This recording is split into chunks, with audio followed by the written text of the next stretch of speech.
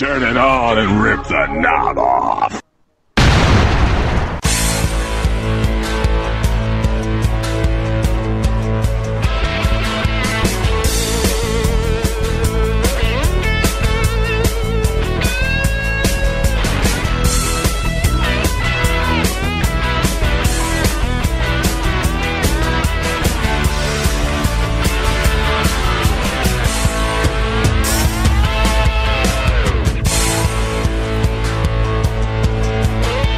Hey guys, welcome back. Happy New Year.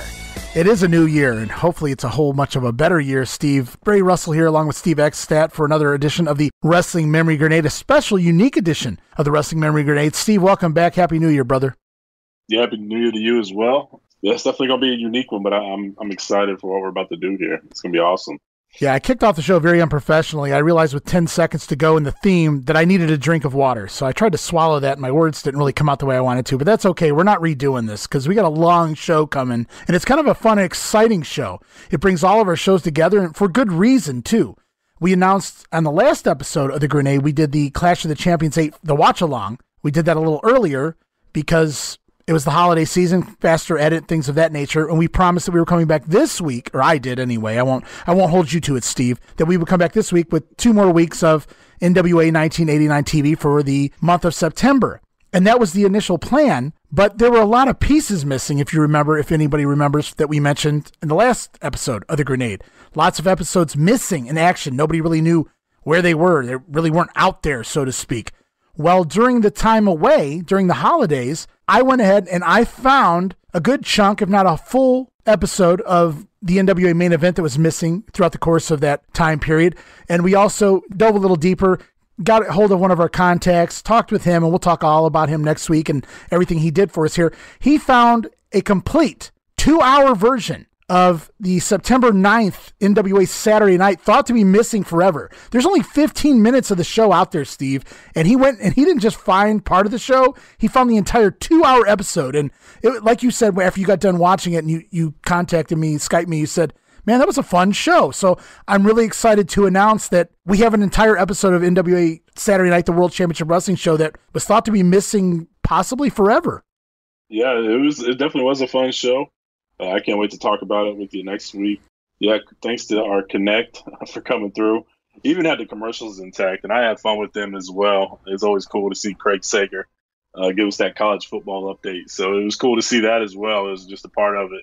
So again, thanks to him, and I'm glad the show next week's going to be a little bit more complete than what it would have been. So yeah, and that's worth the wait. It's going to be worth the wait. Absolutely, and that's basically why I decided to postpone it, because there was just more stuff for us to catch up on and take notes on to dive even further, more in depth. There were matches we saw. If you go online right now and go to September 9th, you can kind of look up results. There's 2 or 3 matches. The results are online for the show. There's a whole rest of the show, though. There's other matches on the card that have never been talked about, discussed, or probably seen in more than 30 years by the average human being anyway. Certainly me, and I consider myself a collector of sorts. I have all my own footage, and I may have this episode somewhere, but I can't find it. So thank God for our connection, who, you know who you are. We'll talk all about it next week. I don't want to get too far into that this week, because you guys may have noticed, and anybody who went to the Grenade today, you might have said, what the hell is this? They've been doing NWA. When the hell did they start WWF 1996? Well, we didn't, and I don't know that we're ever going to. But because of the show, our other show, our sister show, Monday Warfare, we're right in the middle of January right now. If you guys head over to @Monday Warfare on Twitter, you can follow us there. You can also go to WrestleCopia.com and check out all the shows there. And we're everywhere. Just like the Grenade, Monday Warfare, the Battles Within, you can find it everywhere your podcast streaming app needs. Spotify, Stitcher, Google Pod, Apple, everything, everywhere. And basically what we did was we said, you know what? We got to record this show anyway. And we usually record the pay-per-views and we put them on our Patreon account. And that's over at patreon.com/WrestleCopia. You can now get all of our watch-alongs over there for $5 a month. Subscribe for $5. You get all of our pay-per-views from 1995, 96. They go great with the Monday Warfare show, which you can get for free, and all kinds of other watch-alongs, Coliseum videos, Saturday Night's Main Event, and everything in between. This particular show is meant to go on our watch-along series on the All Access tier for $5, but we're going to give it to you for free. sort of a way to tease you guys and get you guys maybe to go over and check out our Patreon and listen to more of our pay-per-views and things that we do over there. It's a really exciting piece. I haven't done or haven't really checked out this Royal Rumble in a very long time, and it really holds a near and dear place in my heart. I have great memories of that day and really the entire day from the TV that morning all the way to the end of the pay-per-view. So we'll talk about that as the pay-per-view gets going. We're going to do something else unique, something we've never done before, Steve. And I said, Steve, how do you feel about doing the free-for-all, the very first free-for-all with a live match with commentary?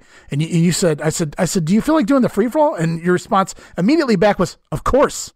So we've never done the pre-show before when we've done the watch-alongs for the pay-per-views. And so that's going to be unique in itself. And I wrote down, I went through that real quick just to jot down a couple of timestamps because I want to grab a couple of interviews on there for everyone to listen to, because not everybody might have access to the free-for-all, whereas we will be doing the watch-along of the Royal Rumble along with everyone on the WWE Network. Steve, I'm really excited for this. Yeah, this is the total package. No pun intended to Lex Luger, but this is the total package for the Royal Rumble. And I remember getting the free-for-all and watching it, and I think this is the last Royal Rumble I got until '99. So I'm with you. I have some fond memories of this show. I enjoy this Rumble. It's one of the last ones that I do really enjoy going back and watching all the way through, because going forward, they kind of stink or just not my cup of tea anymore compared to when they were the fresh and live. But yeah, again, I'm excited for this one. I can't wait to talk a Rumble with you. We haven't done this before, so it's going to be unique and different. It's one of the funnest matches that WWE has, so can't wait to get going. Yeah, and I just want to reiterate real quick before we get going, the reason we're doing the Royal Rumble watch-along right here for you guys on the Wrestling Memory Grenade is we needed just a little more time to watch all of the NWA footage for September, take down all the proper notes now that we have extra footage, and get it all to you guys in the best information that we can possibly give you. And it kind of worked out perfectly because we were going to record this anyway. Now everything ties in together. We're doing it on the Grenade. It's Wrestling Memories right here in 1996, so it fits anyway. It coincides with the Monday Warfare show, which is also in January right now of 1996 as we cover Raw and Nitro and the battles within over there. And then, of course, like I said, it's a little taste of what some of our pay-per-view watch-alongs are like over at patreon.com/WrestleCopia. So, Steve, make sure you make this one extra entertaining so we can make a couple $5 subscriptions over there. I'll do my best. All right, guys. So we won't count you down for the free-for-all because I'm assuming a lot of people don't have it. So what I'm going to do is, Steve, we're going to press play on that, let that get going as we talk a little bit about the pay-per-view here. As you can see right here, we got the opening video of the free-for-all. It's just kind of hyping up Bret Hart, who's the new World Wrestling Federation champion, going back to November when he beat Diesel. What are some of your memories here of the pay-per-view? I remember the free-for-all because this is the first time it was under the free-for-all banner. I like the idea behind the match. They announced it on Raw like a week before the show that Josie and Triple H are going to fight, and the winner gets number 30, and the loser gets number 1. Right. I thought that was unique and different, and I think it's pretty cool. So I was excited to see it. I mean, it's not the top guys on the card, but it was unique for its time, and it's something they hadn't done. And so just that little extra to make the match a little bit meaningful for the free-for-all. So that was cool. And I think my friend came over that always came over to watch pay-per-views with me. And again, it's the Rumble. So if you're not excited on Rumble night, then you're having problems, and you're probably not a real wrestling fan, because this is one of the most exciting nights in all of wrestling. No matter the roster, no matter who's in the match, you just can't wait to see who's coming and how they book the match. It sells itself at this point. And even in 96, like if there was one pay-per-view I had to buy outside of WrestleMania, I'm begging my parents to get the Royal Rumble. So yeah, it's the beginning. It's the beginning of 96 here. So I'm probably like about 16 here. And I'm still a mark for the Royal Rumble. I'm a kid that day. I might understand how the business works. I may have been introduced to the Observer the year prior, but on this very day, on Royal Rumble Day, I'm a kid all day. In my 20s, I'm a kid all day on Royal Rumble Day only every year. Not even WrestleMania does that to me, but the Royal Rumble always did, at least up until recent years. But I'm not going to make this a downer for everyone. But yeah, during the peak years of the Royal Rumble, I don't care if wrestling's fake, everybody. I tune that out. You're not going to tell me anything different than I'm going to enjoy myself this day. And I got so much to talk about, but I don't want to get too deep into it because I think we're about 30 seconds away from hearing our very first interview from Vader in the WWF as Vince kind of runs over Triple H and Duke the Dumpster Josie here. We're just moments away from hearing 2 back-to-back interviews that I want to play for everybody, and we'll discuss like what a big deal they truly were at the time and what they meant to us and things of that nature. So we'll just listen to Vince and Mr. Perfect send us over to Vader and company. The Royal Rumble, if you run numbers number 1, is not too great. No, it's not. And there's been guys that Shawn Michaels, he went a long way last year, but it's just too long, McMahon. It's too grueling of an event. He went all the way last year. Yes, he did. All right, standing right now, let's take you over to Doc Hendricks. Doc? Thanks, Vince. I'm standing here with Vader. The first time we'll hear from him, and I'm surprised. J.D. Cornette, what are you doing here? I'm full of surprises. I'm full of surprises, and this is the kind of thing that you wait your entire life for. I have the chance to guide the career of the most powerful force that will ever dominate the World Wrestling Federation, and today, at the Royal Rumble, he's going in there with 29 other guys, his sole mission to destroy, his sole purpose to create mayhem, and his sole objective to be the winner of the Royal Rumble today, so that he can get that title shot at WrestleMania. Yeah, baby! From the power of the Rocky Mountains and Boulder, Colorado, I bring you the Prince of Power. Jimmy, tell me. Tell the whole world! What time is it? What time is it?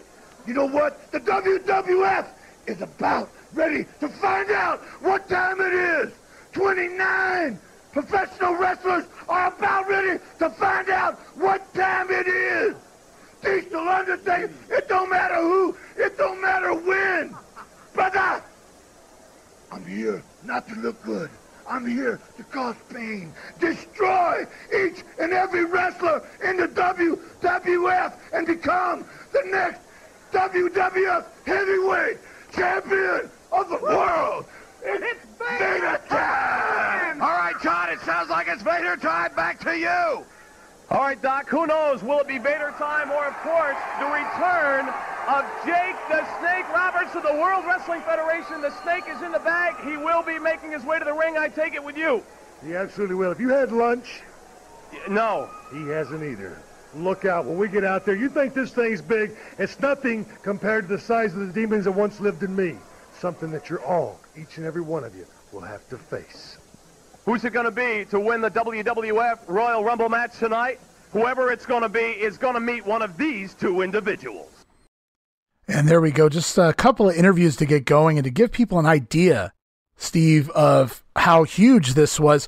This was the return of Jake the Snake Roberts to mainstream professional wrestling. We hadn't seen him in the WWF or WCW since 1992. And Vader had basically left the WCW. They had their issues there, the Paul Orndorff fight, and he disappeared right as Nitro was getting going. So he hasn't been on TV in like 4 months himself. And here he is. And they haven't broken Vader yet, keep in mind, Steve. So this is huge. Seeing Vader, physically seeing him, not just the video, but physically seeing Vader in the locker room. He is here. What is going to happen tonight?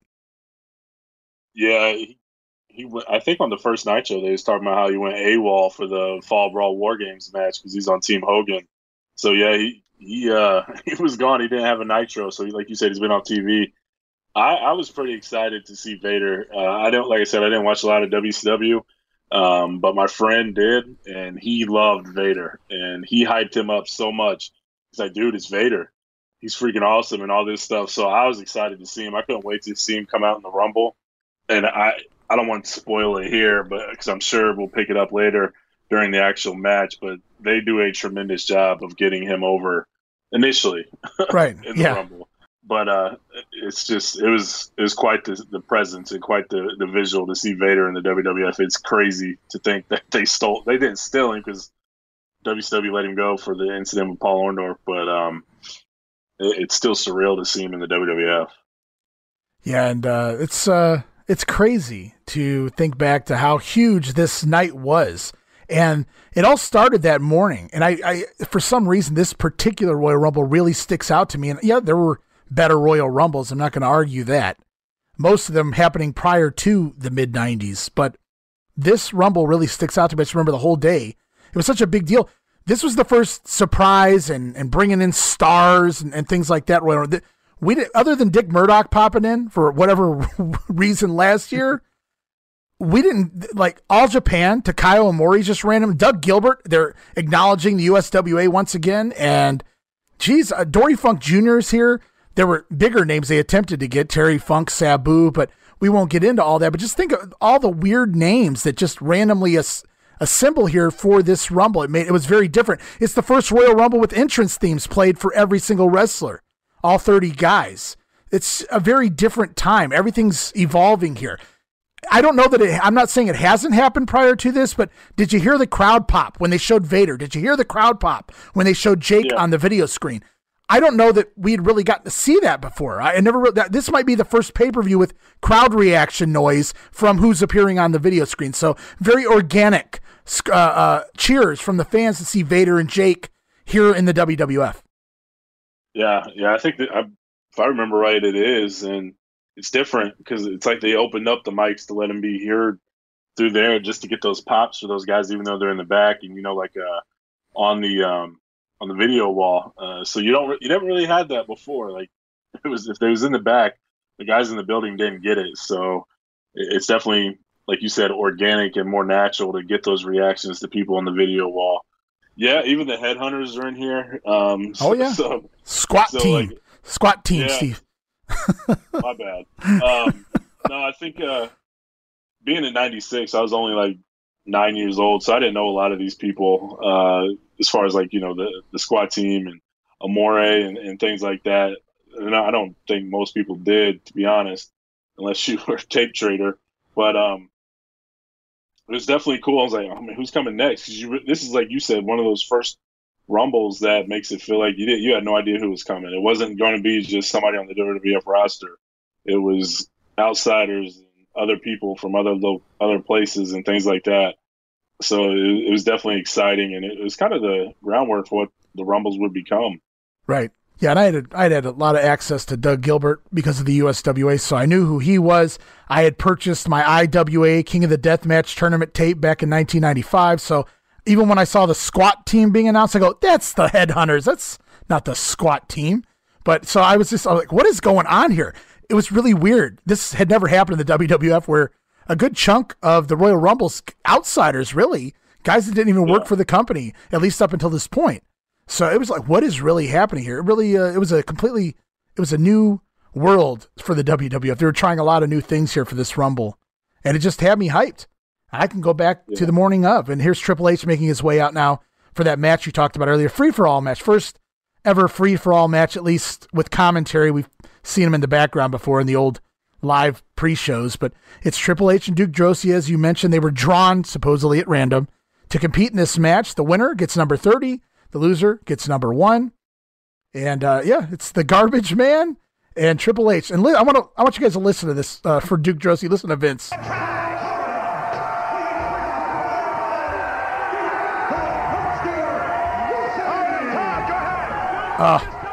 Todd cut us off. Has guaranteed a victory here tonight against you.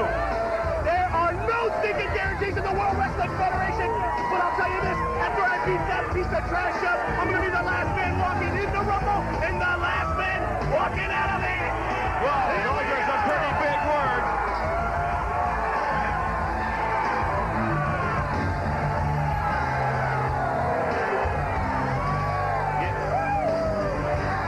Damn, I might have missed it. Vince might have done it before the interview. Damn it. He salivates over. I think it's just because it's the pre-show and he's trying to sell the pay-per-view, but he sells Duke Droese like he's the next coming of Shawn Michaels. Yeah.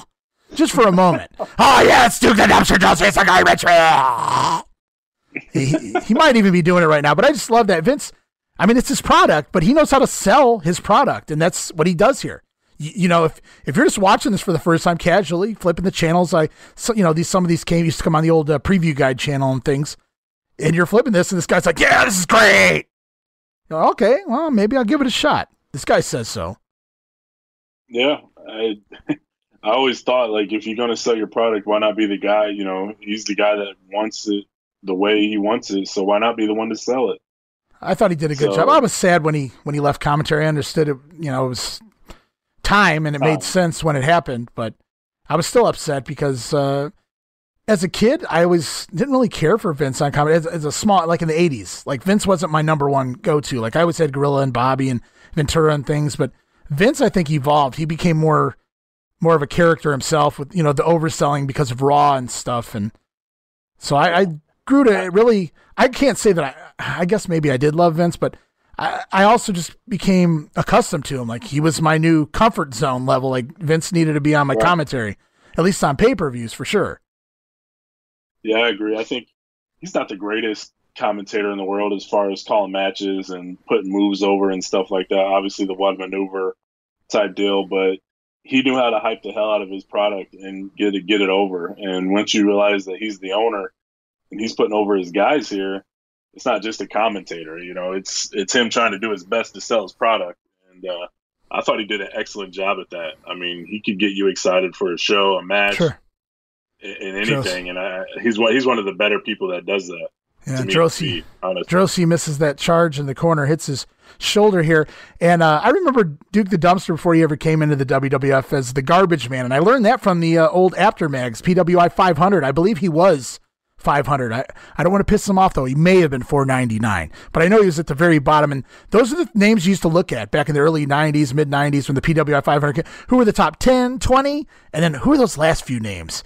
And those last few names always stuck out. And he was the Garbage Man on the Indies, and there he was. That was before his WWF run here. And Triple H is just coming off that feud with Henry Godwin where it was kind of the filthy guy versus the cleanly guy. And it's like Vince had to look around and figure out how to, all right, now what do we do with let's just do it again and do the same gimmick with the Dumpster and Triple H, because they kind of have a mini feud here coming out of the Rumble. It doesn't last very long, but they might even wrestle at the Next in Your House, if I remember correctly. I know they have a couple matches somewhere. Yeah, I'm not sure. I don't remember. I figured it was just a one-off, and they were in the run this match here. But interesting.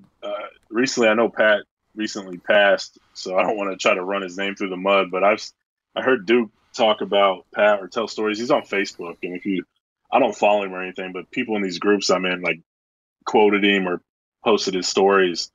And during this time, I don't know if it's before this or right after this or when, but Duke never really got put on cards. He didn't get to work and things like that. So he wasn't getting paid because he wasn't working. But Pat would always make a point to go see him and say, hey Duke, are you wrestling tonight? As a joke, because he knows he's not. Like, Pat was in charge of getting him on the card or something. And Pat would always joke around with him and treat him like shit when it comes to that, because for one, Pat knew he wasn't going to be working. And two, Duke was frustrated because he wasn't getting put on cards to make money. And Pat was kind of just rubbing in his nose a little bit, and I just thought that was interesting that they toy with people like that. I get it, maybe once or twice, but to constantly do it just to get under his skin. Who knows? What was going on back there? And I'm not saying that in any shady way. I just mean, who knows who rubbed the person the wrong way, said something that somebody didn't like, or who really knows what the true story is behind all of that? I mean, I don't know, but. Who knows? It could just be him being bitter, but it's just the more stories you hear like that, and I don't want to take away from the action here. He's working the arm, Hunter is, but nothing really going on for people that don't have access to this. But Triple H on the top rope, though. That is interesting. You don't see Triple H on the top rope, and he runs into a boot from the Dukester. Yeah. But I don't know. The more you hear these stories, the less appealing wrestling becomes, like, as far as being in it. It just seems like it's a crowd full of petty, insecure individuals that are afraid of politics, man. Yeah, it's insane to think. Like, if you just put all that shit aside and focus on making money, I think you're going to be in a lot better place. And obviously you want to be the one that's making the money, because that means you're making more than everybody else. But who knows? Drosy making the big comeback here. Nice little backdrop taken by Triple H, and we're over in the corner. I feel like a spot's coming here. Tim White, referee, he's trying to get in there and break the two up. Seems like he's getting a little too close. Yeah, Triple H. Oh. Power slam. It looked like they were going for a spot in the corner, and then they were told, you guys got another minute. So Drosy just drops him with a power slam there. It's time to take out the trash. That's what the Dumpster just said. I didn't mind Dumpster here. I thought he was decent. Here we go. I love that tilt-a-whirl slam he used to do. Didn't get it here. Triple H counters out, slides behind. Josie still winds up countering again, back suplex. Down he goes. I just thought his gear was ridiculous. Sometimes your gear, you're just not getting over in the gear you're wearing, and the garbage man costume just didn't do Duke no favors, and he did try to change it up, the gear completely up here, I don't know, in the next few months, but it was even worse, so he actually goes back to this. And there, Josie accidentally pops Tim White in the eye with the elbow, and Triple H going to the boot, grabbing a foreign object. Looks like, brass knuckles. Boom! Nails the dumpster. Down goes Duke.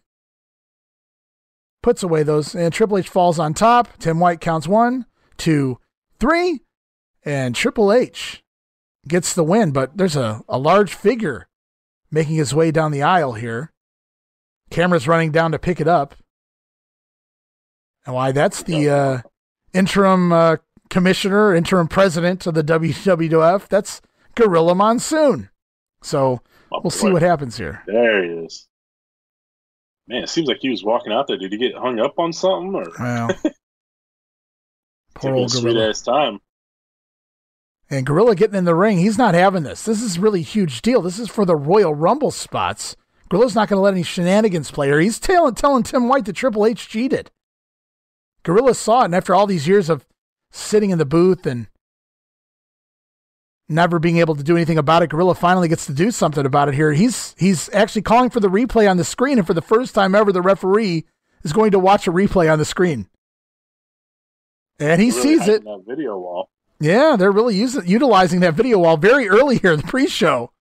And boom, Tim White sees Triple H use it and reverses the decision. Duke the Dumpster Droese, I think, is going to win by disqualification. So Triple H will earn the number 1 spot, and the Dumpster will become number 30. Let's see how he utilizes that number 30 spot, Steve. I'm sure he uses it very wisely. And Trips is none too pleased. He's tripping out. And the Dumpster clocks him after the match just to get one over on him. Surprised Triple H got put in at number 1 being a click guy, you know? Figured they'd take care of his boy. And then, you know, he does what he does in the match. It's almost like he's part of the group that's running the company or something here. Triple H was smart. You know, the Click all retired or left or whatever, and he found himself a new Click to run the show with. So he's been in power for a very long time. And we go to a promo with Goldust, who's going to be slated to take on Intercontinental Champion Razor Ramon on the pay-per-view tonight. And, of course, this feud sort of started inadvertently at Survivor Series when Goldust sent Razor Ramon a love letter. And Razor is not into that sort of thing in real life and here on TV because they have some wild brawls here. I feel like Razor tries to shoot on him, take it out on him in their snow brawl outside, which was so cool. Never seen anything like that before when that happened. I marked out huge. It felt like the WWF was really changing, getting far more edgy and for the better. And then I don't really know what happens to him later on in 96. But this first part of 96, I found I was really excited for. Even the In Your Houses had some pretty solid stuff on them. Like I said, I was really pumped for this Rumble. I think it was a lot of it had to do with just all the new guys coming in and things, but I even enjoyed the layout of WrestleMania 12. It didn't really play out as excitingly as I'd wanted it to, but I was certainly marking out for it going in. Yeah, on paper, WrestleMania 12 was pretty nice. We're probably going to be one of the few that don't necessarily care for the Iron Man match.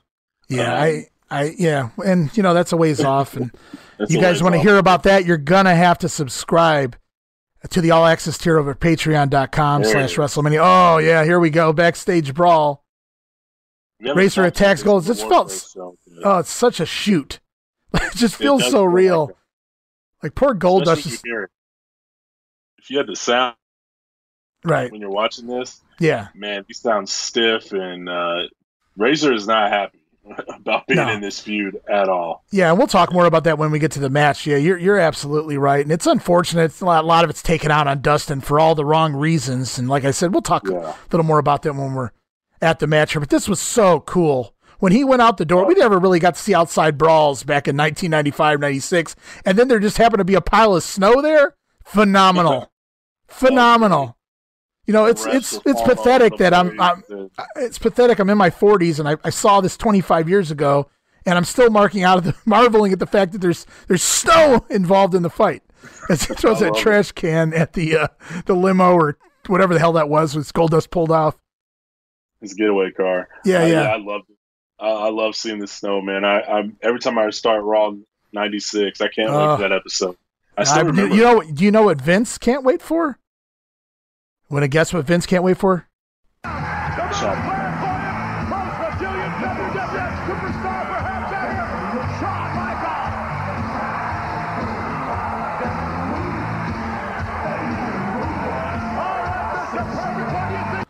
Vince didn't salivate yet. He must be saving it for the actual, I got to save myself for later during the match. So I was hoping he would cream his pants right there just to give everybody a little listen. But it didn't happen. He's still putting him over, though. Shawn headed to the ring. So this was, I have to say, dude, for a pre-show, this was a very well thought out, really well booked pre-show. Vader promo, Jake promo. You get the videos setting up the big matches, the title match, the Razor match, all these big matches, and then the Triple H dumpster match. There hasn't been any downtime. This is like ADHD pre-show. It's just not nonstop. And this is like Shawn Michaels' first time in a ring since the collapse. So even Shawn's going to get in a promo here before the pay-per-view starts. Just a really, really well done pre-show. Yeah, if this didn't sell you, like if you, like you said, flipping through the channels and you see this, if this didn't sell you, then there's nothing that was going to sell you on this. And look at that. They did a tremendous job. There's the pre-show. Look at that. Flipped over to the pre-show preview guide channel just to show you what it looks like over there, and right back to the pay-per-view channel. I was always wondering what the preview channel was. I never found it. I mean, I got the pay-per-view, so I didn't really need it, and I never really went looking for it. But it's definitely it's pretty cool. Yeah, it just shows you everything that's on for the next 90 minutes, 2 hours, whatever it could fit on the screen, and it rolled a little at a time. So you got about 6 channels, and it stopped, and it went again. What's that? Oh, I knew the TV Guide channel. Oh yeah, I didn't know that's where the free for all was if you wasn't getting the pay-per-view. Right. Yeah, I think it started with this one. They didn't do that forever. I mean, before that. What always confused me as a kid growing up, at least on every pay-per-view company I had, they would always say the entire countdown was telling you to call your local cable operator now. And I started thinking, I never got any of the pre-shows without calling and ordering. The pre-shows were not free. They didn't air unless I ordered the pay-per-view. So it was always really odd that they spent 30 minutes hard selling the pay-per-view. And it's like, dude, I can't even see you if I didn't already order the pay-per-view. Yeah, that's what I was referring to. I never could find them. And there's some trickery to getting these pay-per-views. You had to, I think locally I had to turn it to channel 10 for 15 minutes and then flip it back to this channel and all sorts of crazy stuff just to get the pay-per-view to come through. And, I mean, thank God for, like WWE Network and the updated cable boxes. Oh, you just had to click a button and buy them. I think Shawn almost jigulated right there in his pants. Started gyrating, a jigulation everywhere. You can clearly tell where they're heading for 96, and you're looking at it. Yeah, and he's out here cutting his promo, making his big comeback from the collapse. The big storybook return, and Todd Pettengill in the ring. I remember he's not shooting on Todd. He didn't like the way the last time Todd interviewed him. He wasn't very happy with Todd on Monday Night Raw. He felt like Todd ambushed him with the question of what happens if you have to retire. Of course, Shawn doesn't have to retire, and he's back here, as we found out, headed into the pay-per-view. And this is Shawn's first match since the day after Survivor Series. So he got a 2-month break, and I'm sure he got paid every day of that break. Yeah, it seems like this dude gets paid all the time for sitting at home. I don't know if you've seen the story recently, but Jim Ross said that they paid him like $750,000 between 98 2002 a year just to keep him at home. Yeah, keep him off of WCW, I'm sure. Yeah, he's like, all Shawn wanted to do was go hang out with his boys, Nash and Hall, and down in WCW. And when he came up in like meetings for finances and everything, he's like, don't ask. Let's listen to old Triple H here. He's gonna come up in a promo here in a minute. I'm thinking he's probably not happy. We'll let Shawn play out here into the Triple H promo. It's Click City as the Rumble pre-show ends. Into the squared circle, yes indeed. Standing by now, ladies and gentlemen, Doc Hendricks with a rather disconsolate, I believe, Hunter Hearst Helmsley. Doc, are you there? All right, I'm standing here with Hunter Hearst Helmsley because of Gorilla Monsoon's reversal of the decision. Doc Hendricks, since when does the World Wrestling Federation have an instant replay rule? You tell me that. I don't know. I'd like to, can we see the replay right now? We'd like to watch it back. Hunter, it looked like you had won the match. Gorilla Monsoon. I did win the match. Bottom line is this. Whose shoulders were down? There it is, though, Hunter. It's clearly in your hand. No, see, a fan threw something at me right here. I'm trying to get it out of the ring. First of all, we don't need to see this. The instant replay rule is not in effect in the World Wrestling Federation. And who does Gorilla Monsoon think he is? Does he have a personal vendetta against me or something? I can't answer that, but now you'll be the first man in. Means a maximum of 60 minutes for you to win the Royal Rumble. I was guaranteed to win the Royal Rumble if I was the 30th man in. You know that. I know that. But now I'm number one. Monsoon, you think you were a smart man? You think you fooled Triple H? Nothing, because I'm going to stick it in your face now. I'm going to stick it right in your face when I last all 60 minutes, or however long it takes, and win the Royal Rumble. All right, ladies and gentlemen, we sure hope that you enjoy the Royal Rumble. Isn't it grand to enjoy the finer things in life? Traditional things like home entertainment.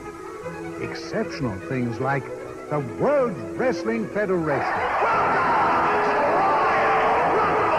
The WWF Royal Rumble. 30 awesome superstars in a tremendous over-the-top rope battle. You won't believe the incredible action right in your own living room.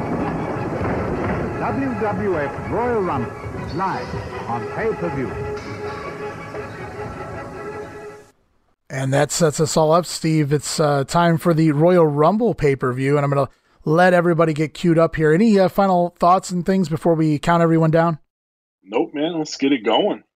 All right, well, we will get it going in a minute.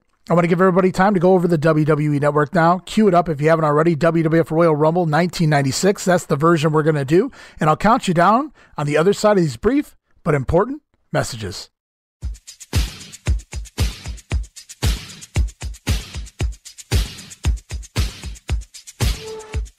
The Wrestling Memory Grenade is proud to announce the launch of WrestleCopia brand and the WrestleCopia Podcast Network, which you can find over at www.wrestlecopia.com. That's WrestleCopia.com, WrestleCopia.com. You've probably heard me mention in passing all the way back to episode 1 of The Grenade, the WrestleCopia brand. You may be asking, what is WrestleCopia? The name derives from the words wrestle, for wrestling, and copia, which is defined as having plenty or an abundance of. It's an abundance of wrestling history over at WrestleCopia.com as the podcast network gets up and running with a variety of podcasts slated to launch over the course of the fall season. Everything from our show The Grenade to Monday Warfare, The Battles Within, an in-depth look and weekly breakdown of the entire Raw vs. Nitro war. The WrestleCopia News Network is a special feature podcast. We've done a couple pieces already in the Bullet Bob Armstrong special and more recently, What a Rush, a tribute to Road Warrior Animal piece. You can expect more late-breaking news, timely discussions, and tributes to the fallen legends on future episodes of WCNN. We've also got other podcasts being prepped for their debuts this holiday season, including a territory-based show we like to call The Money and the Miles. There's an old saying in the world of professional wrestling that nothing in this business is real except the money made and the miles traveled. In this podcast, we discuss the territory era, with shows focusing on everything from show reviews to yearly breakdowns to episodes focusing on some of the rare, lesser-known territories and outlaw promotions of yesteryear that remains an enigma. Stop on over to WrestleCopia.com for all the latest shows and follow us on Twitter at WrestleCopia. That's on Twitter at WrestleCopia for all the latest news and information on the podcast network.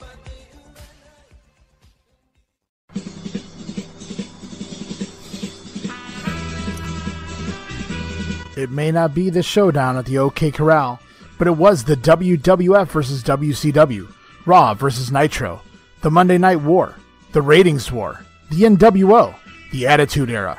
While everyone discusses who won the war, it's truly the battles within the war that made this weekly episodic rivalry so exciting.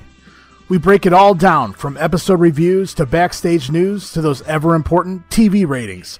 It's Monday Warfare, the battles within, exclusively on WrestleCopia.com.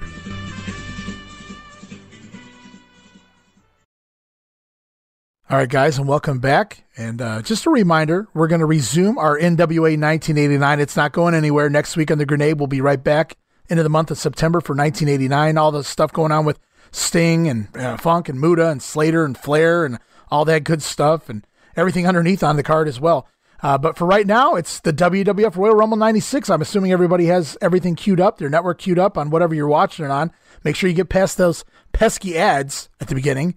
And we're going to count you guys down right now and watch the Royal Rumble 1996 in 5, 4, 3, 2, 1. Press play. Tonight contains material of a graphic nature. Viewer indiscretion, viewer discretion is advised. Some measure a champion by size, or the strength exuded by muscle and bone. Others are gauged by speed, lauded for courage, or known for their gift to enthrall. In the World Wrestling Federation, the reigning champion is defined by heart.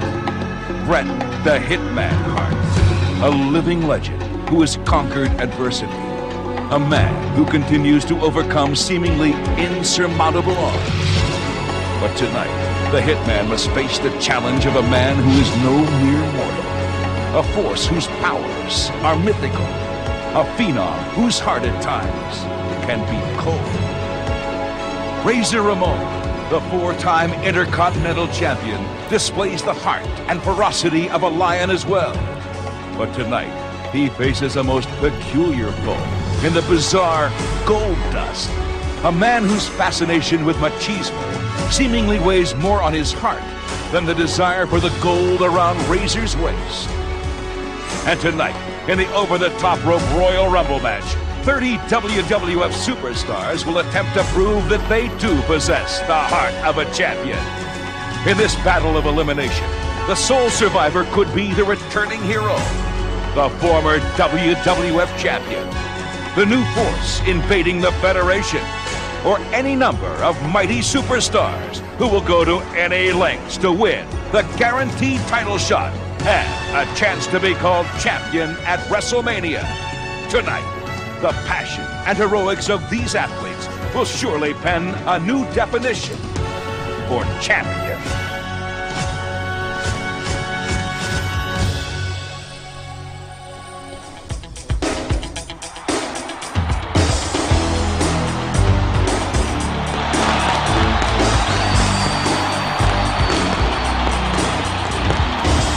Welcome everyone to the 1996 WWF Royal Rumble!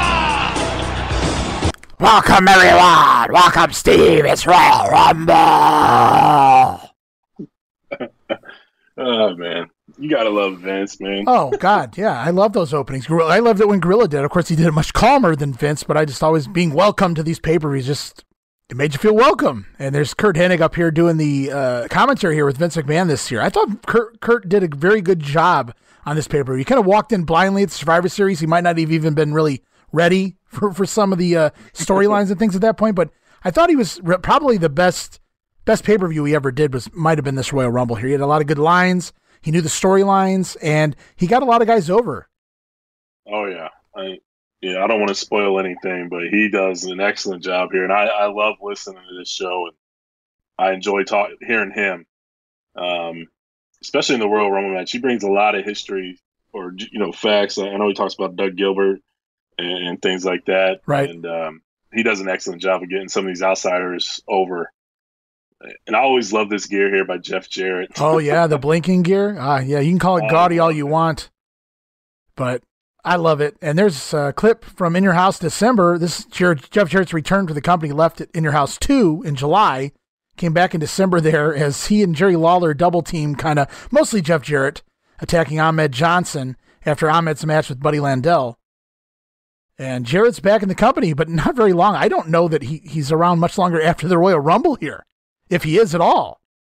Of course, it's been years since I've really dug into this era, so my facts might be a little screwed up there, but I haven't watched any of these pay-per-views, and I know I point that out all the time when we do the watch-alongs, but in a very long time. But this is not because I don't care for this pay-per-view. It's just, dude, life happens, and you kind of, don't have time to really go back and just enjoy these type of things. And it's nice to be able to kick back and, Ahmed jogging to the ring. He's coming for some revenge on old Double J here.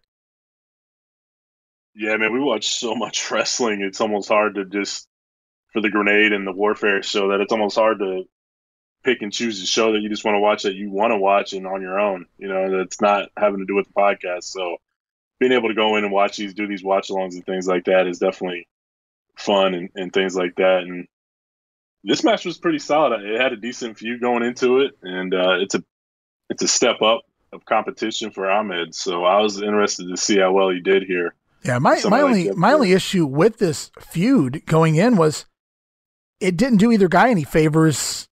Like, what was the planned outcome of this? Ahmed was getting, the rocket strapped to his ass here, since he's made his debut back in November, and Jeff Jarrett just returned. So no matter who lost this, it was going to hurt somebody. And so I was really I was also upset that Ahmed wasn't in the Rumble. I remember going back because he was new to the scene. He was a big name. Hell, Jarrett was a big name. I used to get offended when guys that were upper mid card weren't put in the Rumble unless it was a title match.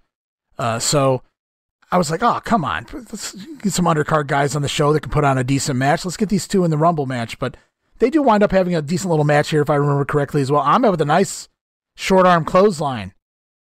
A little bit different than Jake's. Yeah, just a little bit. A little more violent than Jake's. I don't know what made Jeff leave. He had a lot of issues here coming and going. WWF, WCW, as we pointed out on the Monday Warfare show, back and forth a few times. But I wonder if a little bit of it had to, I'm not working that Ahmed Johnson no more. No, thank you. Did you deal with him down in Memphis? I don't remember them going down and doing anything down there. But, who knows if Ahmed did some shots down there. Where did Ahmed come from? Well, he was from Texas, and he worked the later years of Global and some indie stuff. And that's right. Doing plunges and all that stuff. Moonsaults. Nice on there. Well, I think if I remember correctly, he does some kind of a dive here in this match. And that's not it. But he does, he gets his hand caught in the ropes. That might have been almost Ahmed injury number 1 here in the WWF. He launches himself at Jeff. Jeff ducks out of the way. Ahmed tries to dive over the top rope and gets his arm stuck in the ropes. And Tim White, is that Tim White in there again? Or am I seeing things? It might be. But whoever the referee is, we can't see him right now.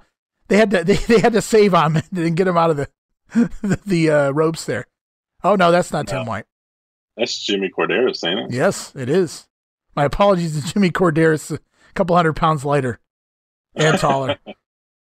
Damn, Ahmed takes the whole steps with him. Yeah, Ahmed wasn't playing around on that whip. Just ran the whole steps over. Yeah, I'm interested to know why Jarrett left. I don't know if Ahmed has anything to do with it, but dude just came and went as he pleased, it seemed like. And well, it's at that point. Well, I think I don't know that he would have kept coming and going if it wasn't for the fact that we're in the middle of the Monday Night War now. And so it's like, well, if he's leaving there, we better get him over here because he's some form of an asset. Obviously, Vince wasn't, working too hard to get him back initially. But at this point, they're probably very happy to have him back. He's a credible upper mid-card guy for sure. And he's perfect for like a feud, like I said, even though I hated to see these two guys feud because Ahmed doing his best Ultimate Warrior jog. He's already hulking up. No selling. Jarrett's like, this is pretty. Oh, Jarrett leaps off right into a bear hug. It's nice seeing Johnson here, though, pre-injuries, Oh, yeah. Yeah, it goes down fast. It falls fast once he gets hurt. That's still a bit of a ways off. We got until the summer anyway, so I'm kind of reliving the Ahmed push for the first time in 20 plus years. There's the spine buster, and he took care of Jeff Jarrett. To Ahmed's credit, he probably had a conversation before the hey Ahmed, you know that that one move you do, that spine buster. I should take it easy on old Double J. Watch this here. There he goes. Oh, clear the... Holy shit. Kill yourself. Ahmed Johnson with a no hands, plancha, leap, Undertaker leap over the top rope there. And I think he hit more of the concrete than he did Jeff Jarrett. Jarrett ain't catching his ass. How do you catch a man the size of Ahmed coming at you full speed? I don't know. Yeah. I don't know. Ahmed Johnson, look at that. Look over the Harlem Hangover. I don't even remember that. Ahmed Johnson with a somersault leg drop off the top rope. What is that? What are you doing, Ahmed? It sets Jeff Jarrett up for the figure 4. Well, he saw Booker T do it on Nitro is what happened. I could do that. I could do that too. Shut the bell, sucker. Oh, Lord. And Jarrett makes sense. Locks in the figure 4. Yeah. Grenade back, when Sid first came out, doing like drop kicks and giving the guys some things, and it didn't work. Ahmed, put that one away, buddy. Well, I mean, he missed the whole... I give him credit. I mean, he'd always been doing these things going back to Texas. So it wasn't like this is something he's doing just here in the WWF. Obviously, he has to slow down, and we don't see any of this here by the end of the year or by the end of the summer. This might be it. Yeah, I don't even remember Ahmed really busting these type of things out even by WrestleMania. I mean, I think he's probably been told to cool down. You don't need to do these things, Ahmed. Those dives and things, they would have been great if he had been able to continue to do them as needed in those big matches. But, unfortunately, the injuries pile up, and it's kind of like Sting in the NWA. Like the crazy hops Sting had in 19... And I'm not saying Ahmed has the same hops. He's jacked to the gills here, but he's still fairly impressive for a guy his size, some of the things he's doing. Jarrett's calling it early here. He's up to the top rope with the guitar. El Kabong over the head, Ahmed. What's that? I still remember this because he has that piece of wood stuck in his head, man. That always sticks out in my head. When I think of this match, I think of him getting up pissed off, and that piece of wood just like lodged in his head. And I'll tell you my biggest memory of this match, but we haven't gotten to it yet. This always upset me though, because you never really seen heels purposely that plainly trying to get themselves disqualified and just being happy with it and, walking away like, I got disqualified. I don't care. And Ahmed going ape shit now in the ring, breaking what's left of the guitar. And here comes my most memorable part of the match. Ahmed takes off like a bat out of hell, and he gets right here. He's almost up to Jarrett, and he stops. So, and this what kind of casually walks through the curtain. So he should have ran for another few feet. Kind of killed the realism for me as he almost catches up to Jeff Jarrett, and then he's like, all right, now I'll walk. And there's that nice... don't get me wrong, the spot looks great, where he breaks the guitar over his head off the top rope. Probably the first guitar shot off the top rope in wrestling history, unless maybe somewhere in ECW, I don't know, but... New Jack probably done it. And here's a Diesel promo, which we will not listen to. I'm cool on this one if you are. I'm cool too, thanks. We're going to go to our next match after this, though. It's the WWF Tag Team title match. The Smoking Guns, who won the titles back from Yoko and Owen way back in the fall. And they're going to take on the newly formed team of the Body Donnas, Skip and Zip, which is Skip, of course, Chris Candido, and now Zip in as his twin, Dr. Tom Pritchard. I believe it. Oh, man. Yeah, it's one of those things, like, my friend always pointed out the guys who they were. He knew Goldust pretty quickly. He's like, man, that's Dustin Rhodes. I think the first time we really seen him was Survivor Series 95, and he's like, man, that's Dustin Rhodes. I'm like, no way, that's Goldust. So he kind of pointed out, he's like, man, isn't that a heavenly body? So, I was pretty good at figuring those things out pretty fast as well. I remember when I marked out when I kind of saw Hercules' face through the Super Invader stocking back in 92. I'll go, that's Hercules. What the, so it's, I always marked out when I was able to figure things out. I think the only one I didn't figure out immediately was Repo Man. It took, probably his debut match. I didn't know that was Smash during the vignettes when he wrestled his first match and won his first match and walked over the camera and told me to pay my stinking bills. As soon as I heard stinking, I go, holy shit, that's Smash. And here's Tom Pritchard dancing his way out. I wonder if he was cool with cutting his hair. And he was not. Bruce Pritchard has told that story that Tom thought it was a joke, and he literally cried when he had to cut his hair. Did he ever grow it back? He had to have grown it back, right? He never grew it back to the glorious, hair that it once was. But he obviously grew it back to, some degree. But was it ever the old Tom Pritchard hair again? No. He was like I said, he cried. Wow. But things you'll do to keep a job, man. I mean, things you'll do to get a job. I guess. And look at this. Sonny's just in the infancy of looking tremendous. And this is the way I want to remember my Sonny. Same here. It's so hard, though. It's so hard, too. As long as I can just stay focused on what I'm looking at right now on this screen and not think, I'm good. Yeah. And here comes the Guns out to the ring.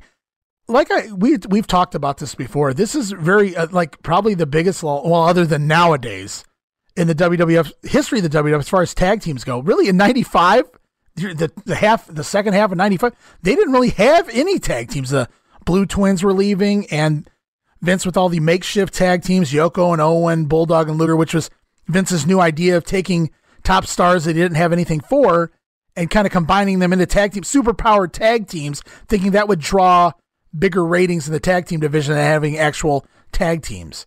Of course, you saw how well that worked out. Not shitting on the team of Yoko and Owen. They kind of worked out. They meshed well. Owen certainly needed to cover what Yoko couldn't do anymore. But that was it. That was our tag team division, if you want to call it that. And at least here in '96, for as shitty as the division becomes, at least Vince is putting teams back. They're wearing the same gear. You know what I mean? Like they actually look like a tag team. Right. They actually, this is what they do. They're not. You want to hear leaving singles feuds and getting thrown together. These are actual tag teams.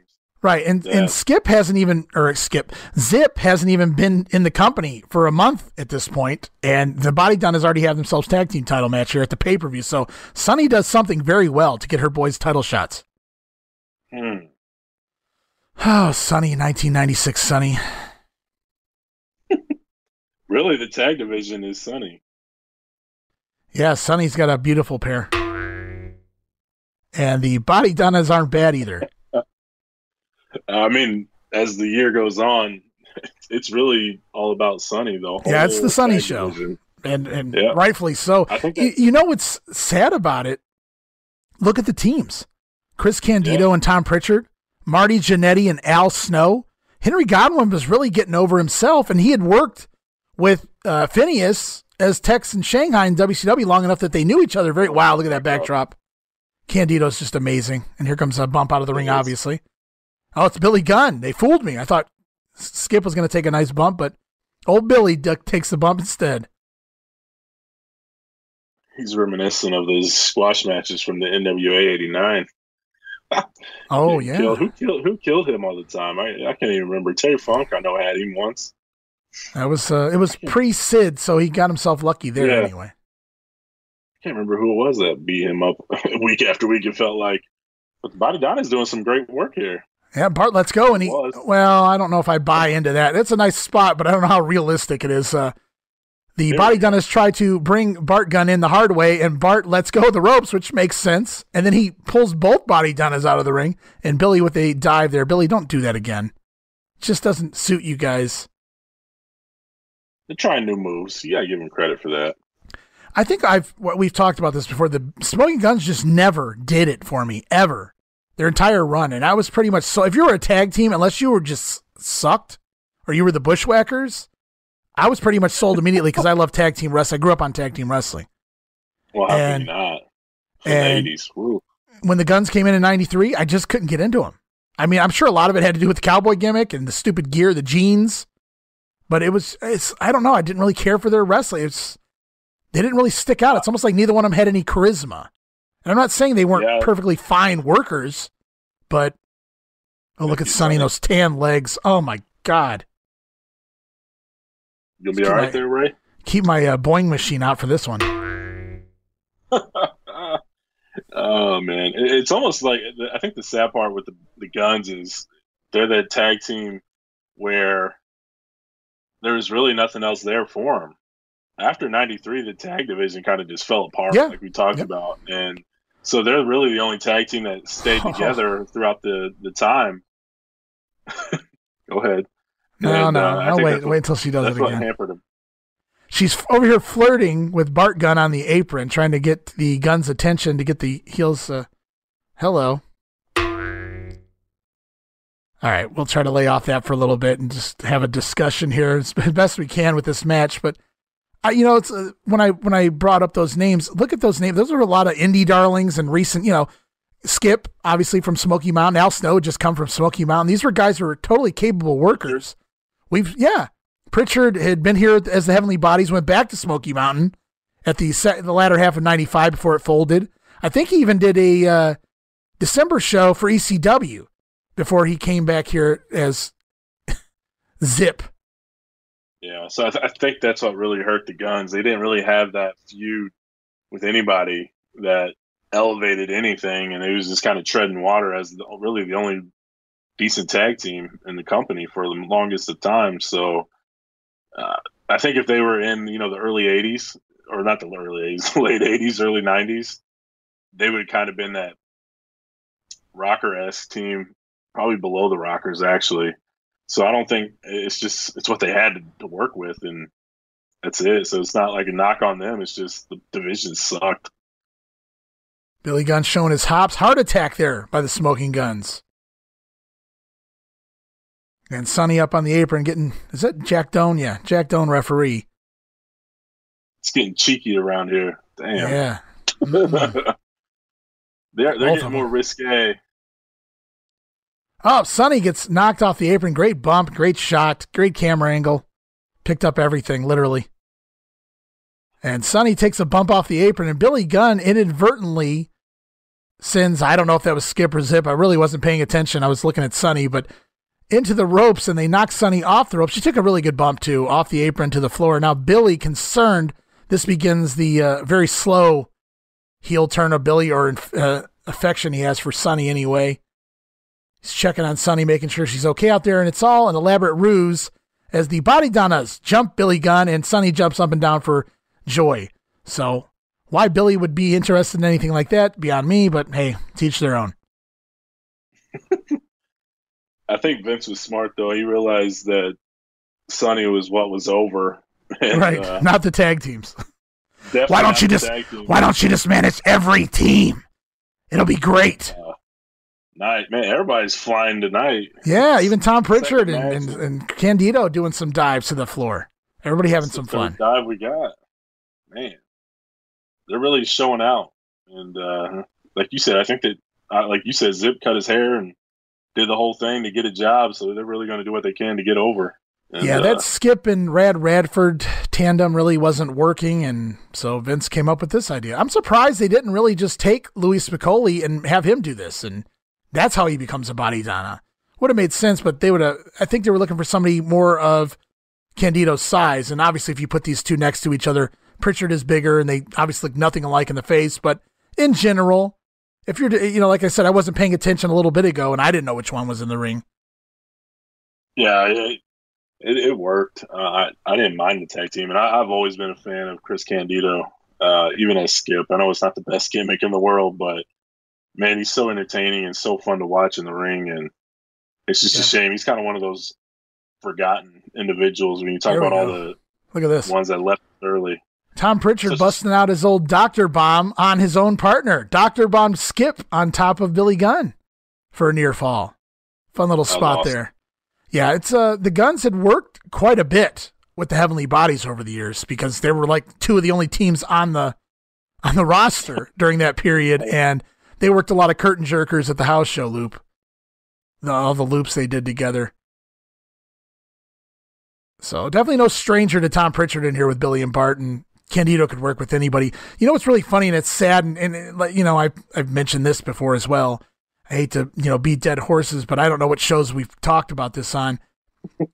I forget how good some of these guys are until they go and remind us how good they are. Like I've said before, I forget because I watched the WWF version of a wrestler and then they go somewhere else. I'm like, holy shit, this guy's great. And I knew that going in, but all those years in the WWF, you forget it. Yeah. And that's kind of like Candido here. I loved Chris Candido in Smoky Mountain Wrestling. He came here and did this shit. And I'm like, this guy's worthless by the time he left. And then he's in ECW for a month before I'm reminded of how talented he is. Yeah, I remember I was on a discussion board a long time ago, and I was listing some names of guys that were underrated and very well done. And I put Chris Candido on the list, and some idiot, I don't know who you are, hopefully you're listening, but message back is like, you put Chris Candido on your list, that just negates the whole thing. And I'm just like, you have no clue what you're talking about. Every wrestler I've heard talk about him have said how great he is and how easy it was to work him, because he's gonna make you look like $1 million, and that's no lie. You can go watch ECW and just see how talented and good he is of a worker. And if you need him to go 30 minutes, he can. Right. If you need him to go 10 minutes, 5 minutes, whatever the case may be, he can do it all. I think he got a little too big for his own good, but he's awesome, man. So damn entertaining. We got a spot coming here. Oh, and the heels collide.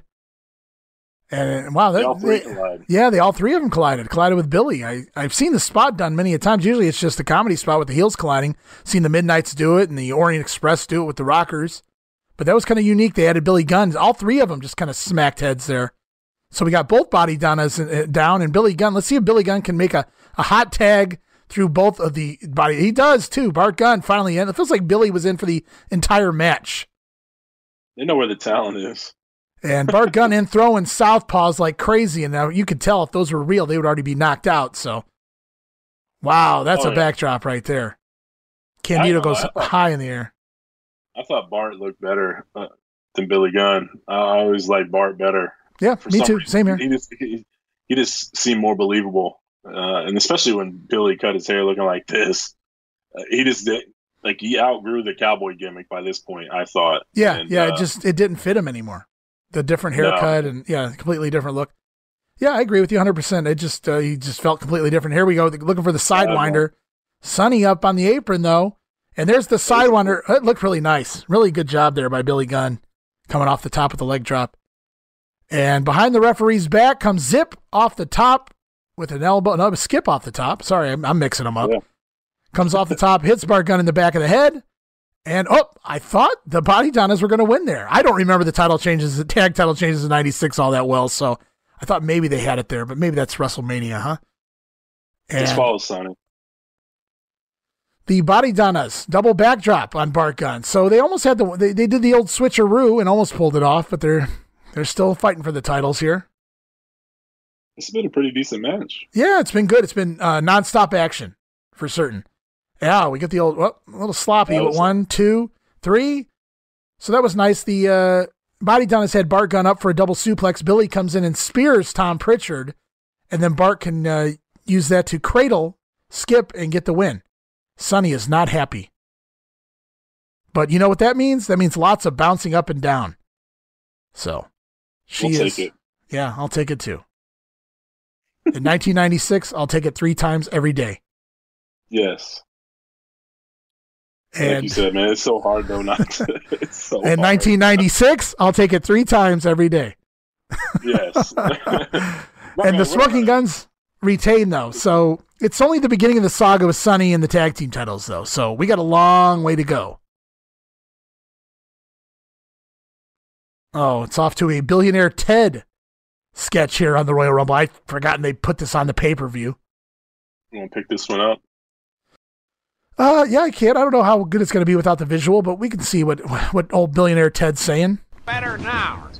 They've got better athletes. All we've got are the disloyal, greedy has-beens from the 80s. Who you calling a has-been, brother? Can't blame a guy for trying to make a buck. Who you calling disloyal? Besides, I started in the 70s, not the 80s. Well, then go out there and find me some of those WWF Generation Superstars. We've been trying, Ted.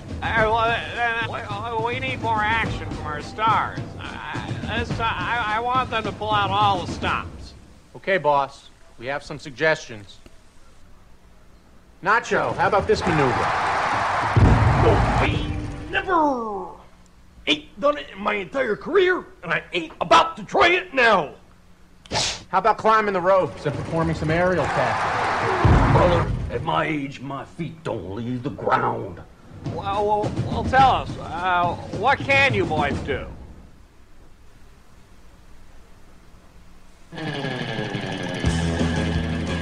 You can't teach old dogs new tricks. The new WWF generation. On top of the hill, not over it. Huckster, what if we called you the boy toy? Yeah. That's good. Yeah. The new generation, Steve, on top of the hill, not over it. And for those who aren't watching along, what happened at the end there is Billionaire Ted's trying to get them to do new wrestling moves like the WWF stars do. And Hogan and Savage, the Huckster and the Nacho Man, they can't do those. They're not going to do those. And so he said, what can you do? And there was that long pause there, and they looked at each other, and then they started doing their little gimmicks. Hogan with the cupping of the ear and Macho Man spinning the finger around in a circle. So that was basically them just, trashing Hulk and Macho Man one more time. Oh, man. Hogan fell over in his seat there at the end. I got to tell you, some of the very early Billionaire Ted sketches I enjoyed. I enjoyed that one. With the way they knocked Hogan and Savage. I felt like it just went on so long that they started just forcing them onto the TV every week, and so some of them lost their luster for me. But some of the early ones I thought were creative. And yes, you guys did hear a cameo from Vince Russo, bro. Played one of the characters at the table there. Yeah. I think when they left the boardroom, that's when they stopped being funny. Like the press conferences and things like that, I just didn't find them very funny at all. But these boardrooms, I love the guy who's playing Ted. Yeah. Every single time, I just die laughing because it's so funny.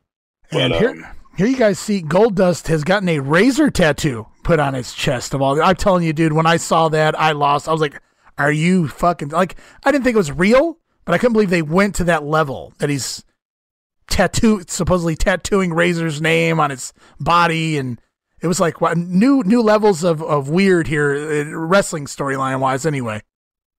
Oh yeah, that was on Superstars, right? Because I don't remember ever seeing it. I suppose it had to have been.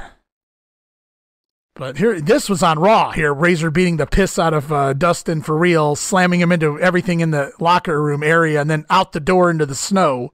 We saw this on the free-for-all, but I didn't get enough of it, so I'm happy to watch it again here. And he'll take that trash can, I think it's a trash can, and whips it at the back of the car as they peel out. There just happens to be a trash can here. So, there you go. Razor takes a bump. I love it. I love it. Unfortunately, I can't wait to talk about that on the Warfare show. Yeah, unfortunately, the feud kind of halts here, and then pretty much it's over with permanently, because this was meant to go through at least WrestleMania. They had already basically started promoting, at least locally and possibly even in the magazines, the Miami street fight. It was going to take place in the streets of Miami, so to speak. Razor and Goldust, obviously it leads to the backlot brawl when it morphs into Roddy Piper and Goldust. But Razor didn't want to do this feud, as we've talked about already quite a bit. He wasn't comfortable with it. Clearly he had issues with the homophobic stuff going on. Scott Hall has addressed this even to this day. He didn't want his kids seeing him involved in it. He didn't even really want his kids seeing the character. He wasn't into it, and it made him feel very awkward and uncomfortable. He didn't want to do it, and it looked like he took liberties on Goldust here just because he's being forced to work him instead of Triple H, who Scott Hall had requested to work a program with instead. Yeah, I mean, I don't know how I feel. Obviously, it's wrestling. It's a work. He ain't trying to get in your pants, Scott Hall. But I can understand, too, that it is uncomfortable. And if I had a kid and I had to go home and say, hey, Dad, why does that guy have your name on his chest? Like the tattoo thing. That would be an uneasy question to answer, I guess. So I get it. But also, I mean, it is what it is. So if he wasn't comfortable, then I don't think it should have been forced upon him to do it. Find somebody that's more than willing to do it, because obviously I think this is a money feud if the person that was going against Goldust was buying into it and not just pissed off at the world because he has to go through it. Well, regardless of how Razor felt about the storyline, he had no business taking it out on Dustin Rhodes. That's just unprofessional. And what did Dustin do? All he did was get himself a job. You know, he'd been fired unrightfully so, if you ask me, and all the stories you hear, the way he was fired, the reason he was fired in WCW back at Uncensored. And he finally got himself a job there, in the WWF by the summer.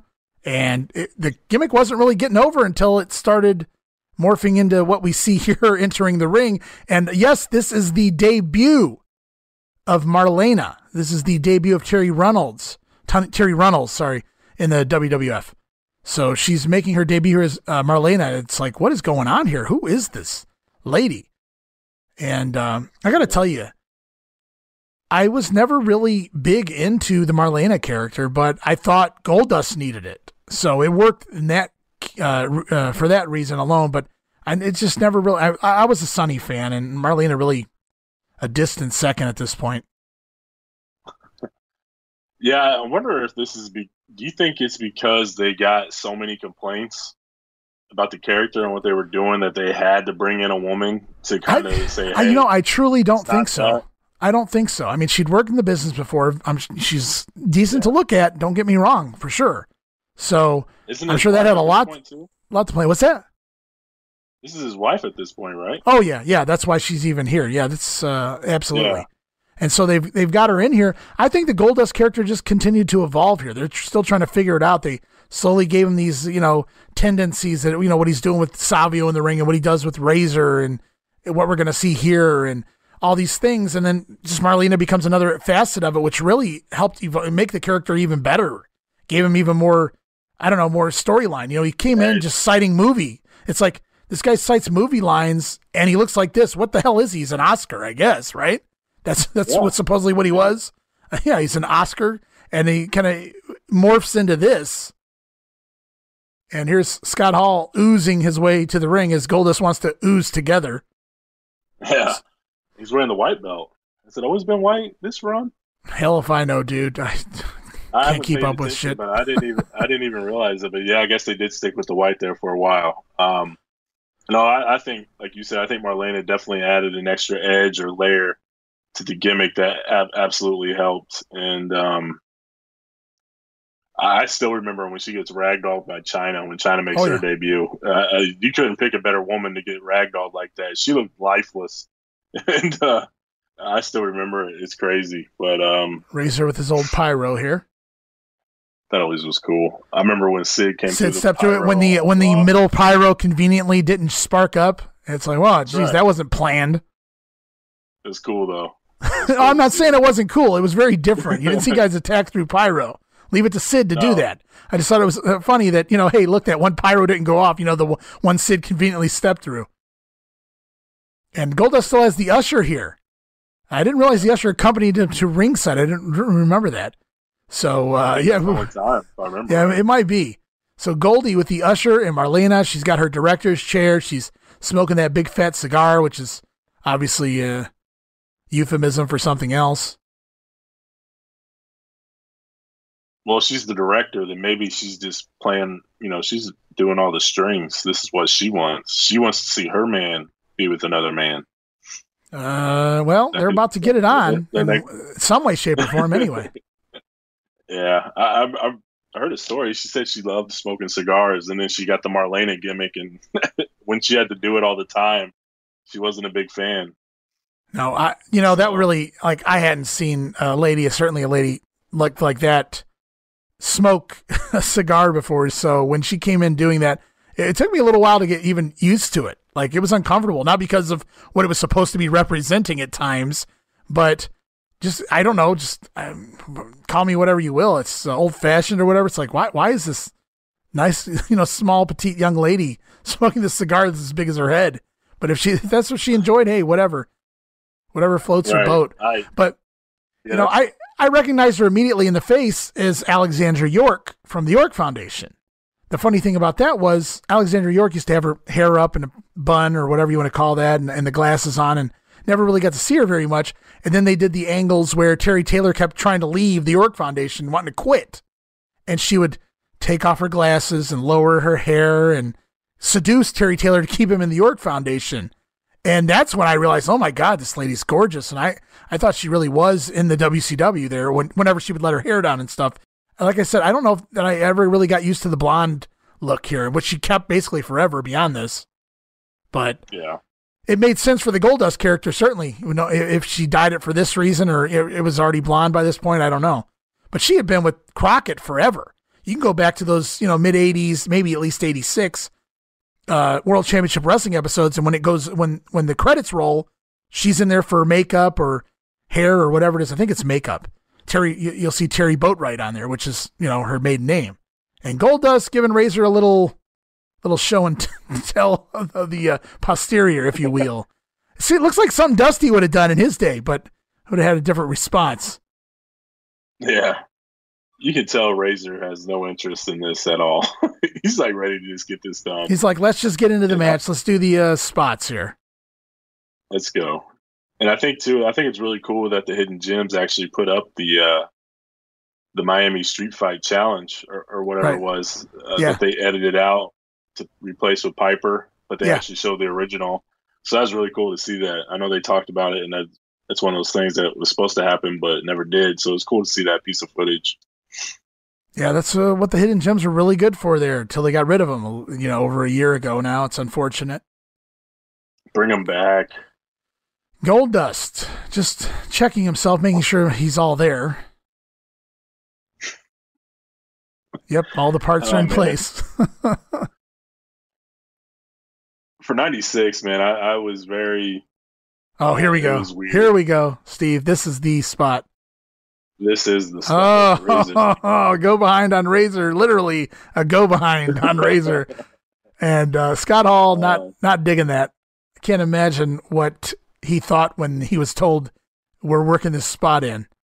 Pat Patterson or whoever came up to Scott and said, this is what we're doing tonight. The crowd's going to go banana. They're going to love it. I think it's even better knowing that Scott hated this. It's like the Click didn't get their way one time here, and it's because it's on Hall here. Well, we move away from this feud. I mean, really just to build up to WrestleMania, not have these guys work too many times in a row. Obviously, Razor will go to the next Inner House and work a match with 1-2-3 Kid, who he's already kind of feuding with. That really hasn't been blown off yet. And then the idea was to go on to WrestleMania and have these two really have the big blow off, or at least their next step in their feud. Not really sure what the plan was beyond WrestleMania. But that was at that point, Razor was going to jump, and Vince conveniently, gave him a drug test out of nowhere, which apparently, according to Scott Hall anyway, didn't really happen at that time. And he failed, and he was suspended for X amount of days, and he missed WrestleMania entirely and wound up coming back and doing a job for Vader on the way out. Missed out on the WrestleMania payday, huh? I'm sure you didn't want to do that. Yeah, and because they even had Razor as part of that tag tournament or something like that, and then he ends up just getting taken out. Yeah, not very happy. I'm sure Vince was not very happy with Hall, obviously. No, especially after, the whole Nash thing and Hall. Who was first, Nash or Hall? Who told Vince first? It was Hall, I believe, right? Hall. It was Hall. Nash was iffy. Right, until his wife, and Razor slaps Goldust's ass. So and he likes it. Oh my. Tremendous booking. I think back to this day. I think back to this day, and this is how, some days in your life, you just remember a lot of the day. For some reason, and don't ask me why, because like I said, I've seen better Royal Rumbles. But for some reason, this one really sticks out. The day sticks out to me. I remember my cousin Crystal being over. I don't remember if she stayed the night before, or if she just came over really early in the morning, because she was over for the Action Zone. Because all they did for an hour was sell this pay-per-view, and it was really fun. They had Jim Ross had the old Ross Report at the time, and he did the top 10 reasons why you need to order the Royal Rumble tonight. And it was like we were just marking out for these stupid 10 corny reasons. Obviously, some of them were like Vader and Jake, and the return of Shawn Michaels was probably number one. But it was just a huge, cool day, and I just remember when Razor smacked Goldust's ass, and Dustin sells it like he enjoyed it. We just look at each other and we just start dying in laughter because it was just hilarious sell job by Dustin. Oh yeah, it was great psychology. I mean, the match obviously is not the best, and but the story being told and things like that is Dustin's doing everything he can to get under Razor's skin, and it just plays out perfect. I'm honestly a little shocked that Goldust isn't putting himself in these head scissors by Razor Ramon. He's trying to escape these head scissors by Razor. Just seems like another perfect angle where Goldust kind of enjoys the the position. Oh, that'd have been perfect. And the Razor lets go of the head scissors, and now Goldie playing the old savage here. He's putting Marlena in front of him. He should have just laid there in between his legs and started rubbing himself. He would have loved it. Oh, man. Oh, God. Yeah, I don't know if they would have got away with that here. That might have been the end of, the Goldust character. That would have been it. Yeah, for sure. No fault of Dustin's, just if that's what he was ordered to do and he did it. I don't see this going on any further. And who knows? Maybe that's something they thought of, and Scott Hall said, "No, Chico, that's where I draw the line." Right there. Yeah, no thanks. He's probably, I'm good. I'll do the rub down and I'll slap your ass, but that's it. Oh, he's blew a kiss to him. Blew a kiss. So this has really been all psychological, really. Just a little bit of wrestling here and there, but not really action-packed, fast-paced stuff yet anyway, if we ever get there in this match. And it's funny how the psychology in wrestling has really changed, evolved here in the WWF recently. We've talked about psychology during the hog pen match of all things with Triple H and Henry Godwin. Fast forward a month later, and now we're talking about the psychology of Goldust. So very different from normal wrestling psychology we're accustomed to. Yeah, it's definitely unique, to say the least. And it's kind of what they had to do. I mean, obviously these guys aren't going to... Dustin can work. We all know that. Razor can work. But wow, picked her up. Jeez, ragdolled her. Nice spot there, too. Yeah, Goldust puts Marlena in front of him again. This time Razor grabs her and throws her about 8 feet in the air, moves her out of the way, and Goldust attacks, though. So, more psychology from the Goldust character anyway. So, Marlena already working out in the favor of Goldust here really fast. Oh, yeah. So what was you saying about the outsiders? We was talking about Hall leaving first, and then Nash, contemplating with his wife, and his wife's like, "No, you're not giving up that kind of money." Yeah, I believe the story goes. I think Nash even tells the story this way, but I've heard it. I've heard other insiders in the actual WWF company. I think Bruce Pritchard's told it this way as well. As basically up until the night before he jumped, Nash got off the phone saying, "All right," he had been on the show 50-50, didn't know what he was doing, and he finally said, "All right, I'm staying. Don't worry, I'm staying." And the next thing you know, he had signed a contract with WCW because I guess he gets off the phone with whoever in the WWF, and his wife's like, "Are you effing crazy?" Like, financially, the different, like, she told him what he was doing, and he's sorry, man. That's what my wife said, so that's basically, and Goldust busting out the old bulldog. But I guess that's kind of how the story goes with Nash going to WCW is the wife's decision. So we've seen wives come into play before with Luger and Steamboat and things, and no different there with Kevin Nash, but I'm sure he didn't mind it. I mean, the payday to do nothing for years. Yeah, I think so too. It'd be really hard to pass up on that gig, but at least he was trying to be loyal, He was Did you see that? Did you see that slingshot back suplex? Was that like an homage to the Dynamic Dudes? You don't see very many people do that. That's the Wipeout. He's been watching Dynamic Dude tapes. Well, it's half of a wipeout, so it's more like a wipe. Which yeah. What's she gonna do here to Razor? Oh, she blew Goldust into the eyes of the bad guy. So I didn't see that come. I thought maybe we were gonna get some cigar smoke or a slap. So she threw me off there. Goldust. Goldust. She blew Goldust. That's what she did. She sure did. In more ways than one, right? Oh, man. And but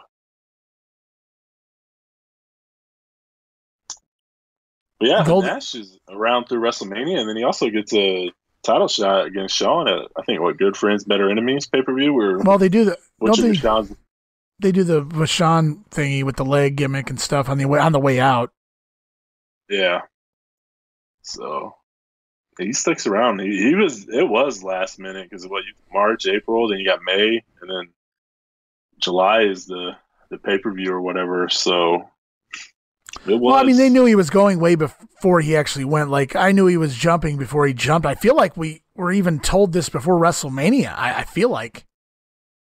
Because Nash's decision wasn't too long after Hall's. It's just the contracts expired at different times. That makes sense. And Goldie trying to put Razor to sleep so he can do whatever he wants to with him. Yeah. Use your own imagination. They didn't drop him down the card a little bit on the way out, but he is a Click member, so.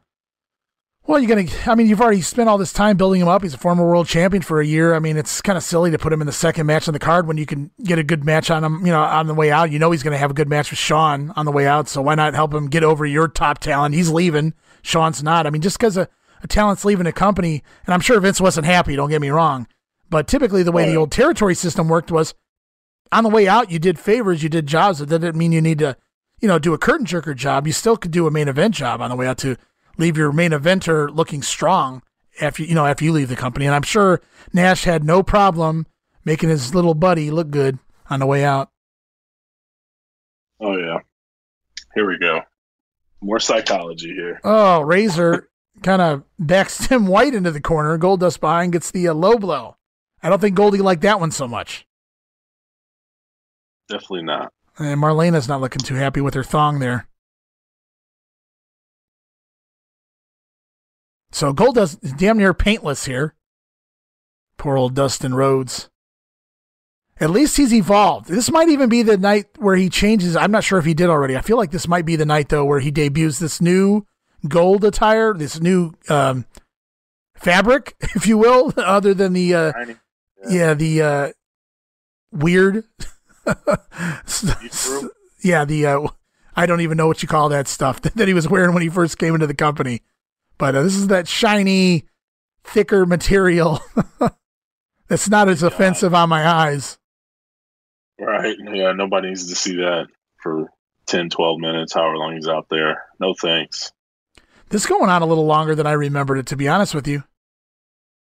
Yeah, I didn't realize that tag match went so long, and I didn't realize this one went so long. Yeah, and Hall busts out the old choke slam. I don't know that he's done that since he's been a heel. Or I don't remember off the top of my head. I don't remember even really utilizing that as a face. Now, this I remember. Fallaway slam. Oh, he has to get that in. And it's funny. Rumble next? Yeah. We'll talk about that. Oh, my gosh. I don't know what they were thinking. I was never a big proponent of putting the Rumble on before the world title match. Goldust going up the ropes backwards. Ooh. And another low blow, this time across the top rope. Marlena's up now. She's up for a spot here. Going to distract Tim White. Razor looking for that back superplex of his. She's getting in the ring. There it is. Love that move. Boom. She's all the way in the ring. Oh, she's fell. She stumbled. She's lost the shoe. Tim White trying to beat a gentleman. Tim White was always the hoe, right? She was always in there with the Godfather match. He was like the Divas ref and the Godfather ref so that the hoes could roll all over him and things. Yeah, I think he was. He's always the comedy guy. And he's with Marlena, and that distracts long enough for the 1-2-3 kid to come in from out of the crowd with a spin kick off the top rope to the back of Ramon, and Goldust covers, and 1, 2, 3, and we have a new Intercontinental Champion, just like that. A new Intercontinental Champion. Goldust. Wow. I was shocked by this. Yeah, I was, it was the finish that kind of came out of left field. I mean, obviously Razor's been feuding with the Kid, but they morphed into this Goldust Razor feud, and you almost kind of forgot about the Razor Kid feud, but it's not over, obviously. And they tongue kissed there. It wasn't a French kiss. They just kind of touched tongues. Oh, man, these fans are not fans of the Goldust character. They are shoving him and giving him the finger on the way out. Oh, yeah. It takes a little bit of getting used to. But congratulations to Dustin, who kind of made it past that lull when he first came in. The crowd was just dead. And here by January, a few months later, he's got the Intercontinental title. And this is long before the title just changed hands every week. Yeah. The title meant something here. And Razor was, he was probably the biggest champion around his time, 4 times. I think he was the first 4-time champion. Yeah. Back when the belt mattered. And he just did the job to Goldust here, even though it wasn't clean. I was shocked by this. It was a big time thing. I was like, damn, Razor just lost. I was not expecting it because Goldust is relatively new, and those guys just didn't get the belt very often. So definitely a surprising finish here. And like you just kind of brought up, the next match is the 30-man Royal Rumble, and this might be the first year they did that. Yeah, this is the first year that they put the world title match on after the Rumble, and that really confused me, and it really pissed me off. I hate it, to be honest with you. This is the whole reason I'm watching the pay-per-view. And then you close the show with, Brett and Taker. And what we're looking at right here is... Get your Hep A vaccine today. Hey, he's getting a damn pay-per-view payday here. It's old Jeffrey Unger, Dr. Jeffrey Unger there, talking about Shawn in the Rumble, doing a promo himself. How weird and random. Owen Hart, he's going to win the Rumble? We'll have to see.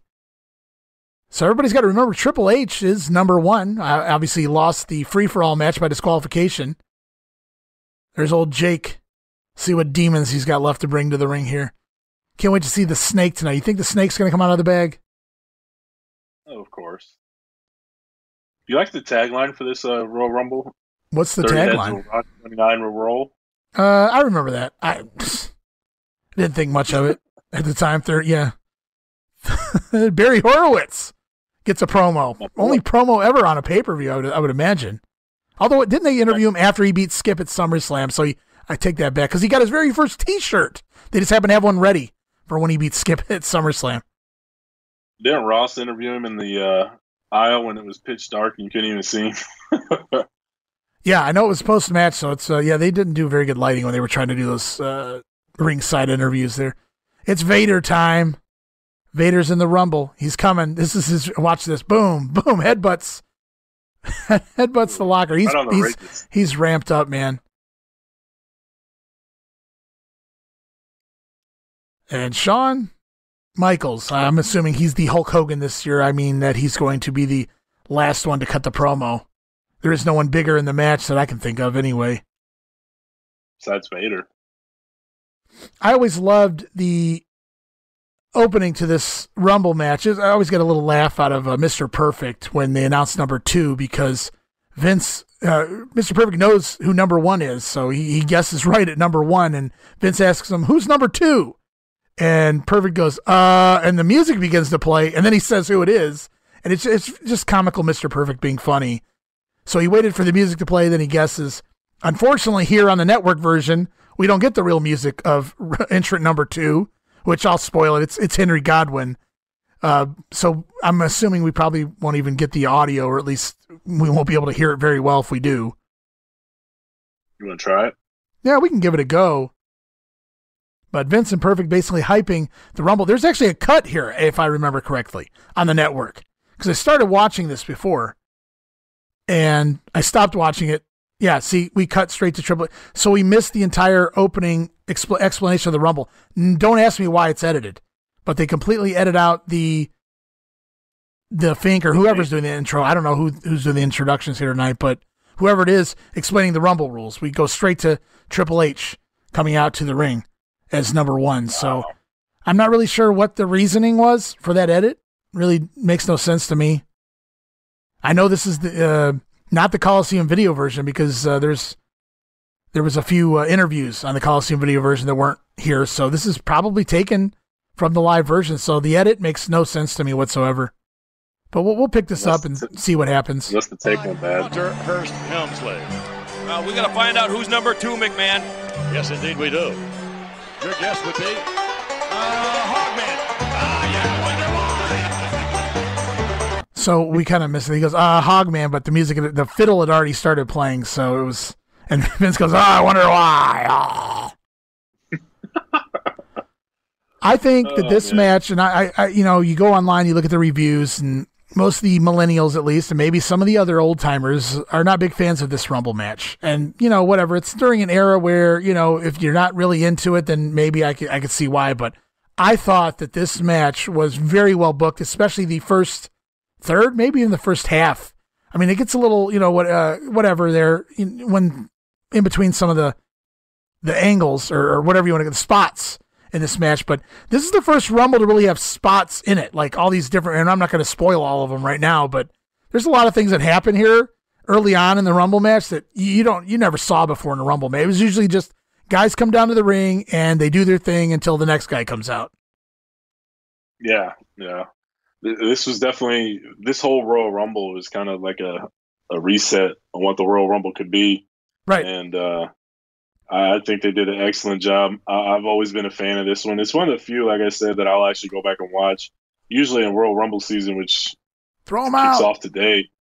Right. Really is, I always go back and I probably watch 88 through probably 97, 98. I'll just watch the Rumble matches. I'll probably do it like 3 or 4 times in the month just because I just love the Royal Rumble matches. And I've seen them all 100 times, but they're still always fun. And I love you look forward to certain spots and things like that.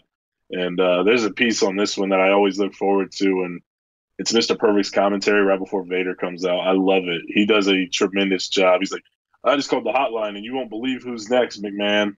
And he does it for like the whole 2 minutes. And I can't remember if they could not wait to see it. Yeah, and I can't remember if they work it into the actual Rumble match audio or if they do it before the Rumble match. But there might be an interview backstage on the Coliseum video right before this, but they actually announce who that number is right before they do this. So it works on the live version, Perfect saying that, but on the Coliseum video version, you actually already know who it is before they come out because of the added interview. But here we go. We're already at number 92 as well.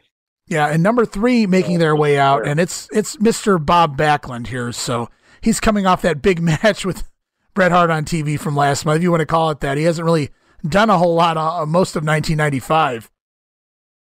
So it's 1996 and a new year for Bob Backlund. It's pretty much the end of Bob Backlund as a full-time character with the company anyway.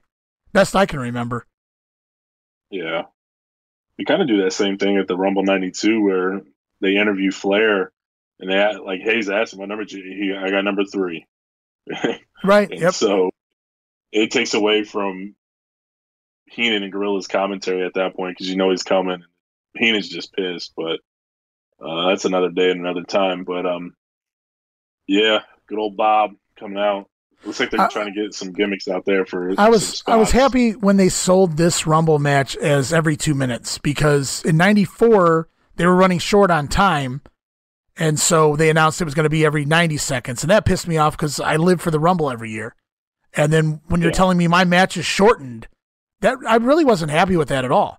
But in 1995, when they shortened it to 1 minute because they didn't think the talent that was in the company at the time could really work a full hour and keep the fans interested, which maybe that's true. I don't know. I mean, when I go back and I start looking at the guys in that match, it's whatever, but I still wasn't, they ruined it for me that year. They truly, truly did.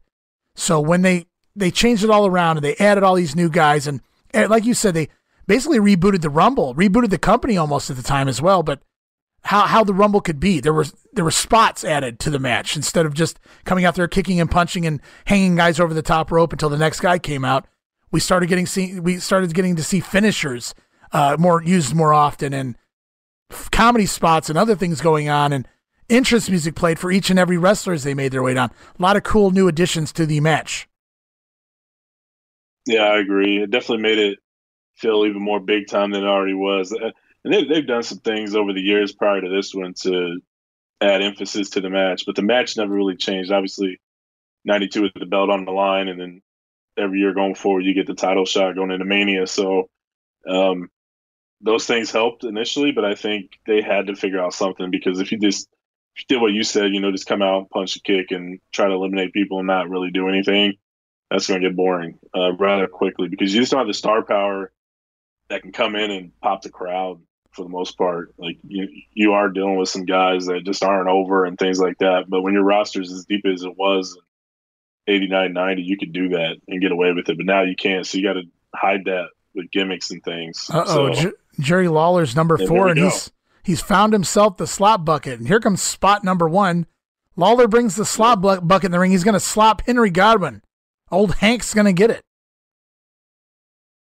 He even put it up to the camera, but they didn't switch to it. It's one he's trying to show the camera there's slop in here. The fans get it, though. I'll tell you that. Henry Godwin, he's got the slop bucket now, and now all the heels are in trouble. Backlund don't even want any part of it. He's out of the ring, and now they're going to go congregate. This may be our first congregated spot. You know, they talk about everybody doing these dives now where everybody runs and huddles together. This may be the first time we see that. As all the heels huddle together, and Jerry Lawler gets the majority of the slop, and so do the fans' shoes in the front row. Oh, I'd be pissed. But I just love that. I mean, you never saw anything like that before in a Rumble match. So not in the Rumble, no. That's not even the last time, you know, something different happens here.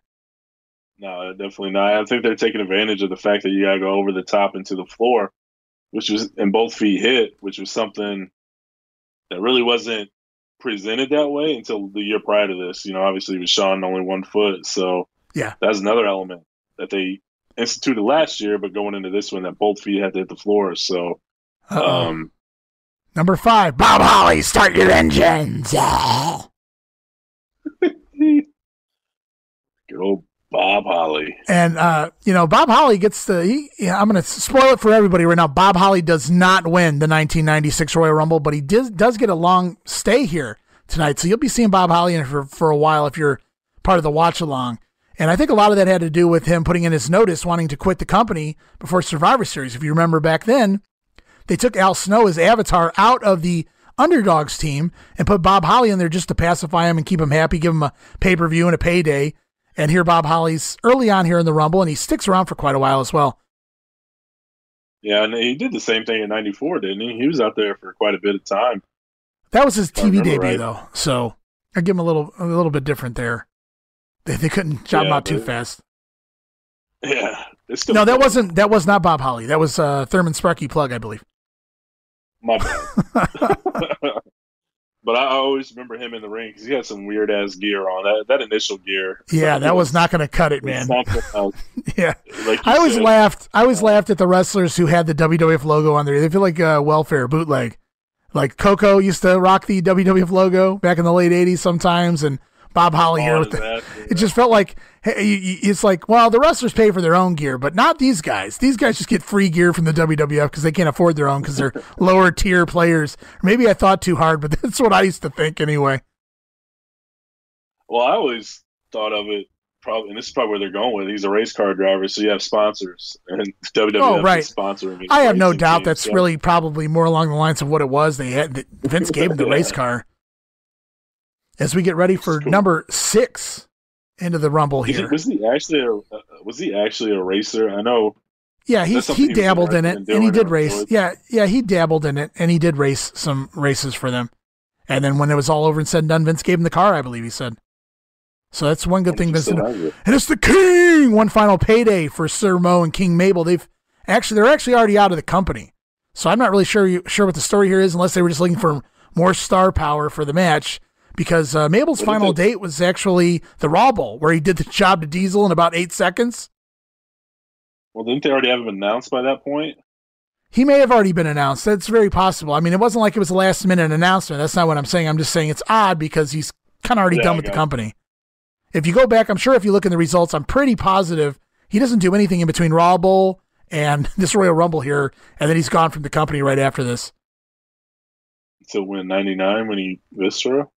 No, you know, he did come back. He did some weird thing there where he randomly popped up for like a triple threat former Kings of the Ring match on a Raw at one point way before the Viscera thing. You remember more than I do. Well, I only remember that because I remember watching that with my brother. In 96? No, this is years later. I don't know. Couldn't tell you the year, but it was a little later on. I'm looking forward to that. I don't remember that at all. Speaking of Kings of the Ring, the Ringmaster is he's only been with the company a week or two here at this point, debuting on the Brother Love show and having a match. And Steve Austin will be part of this Royal Rumble match at some point. Yeah, and this is the only time during the Ringmaster run that Vince even names him. He calls him on the way to the ring. It's the Ringmaster, Steve Austin. So he actually calls him by name here, which I thought was interesting. Here he comes. Let's try to listen to this. Jake! Look, hey, listen to these people, McMahon! This building has exploded!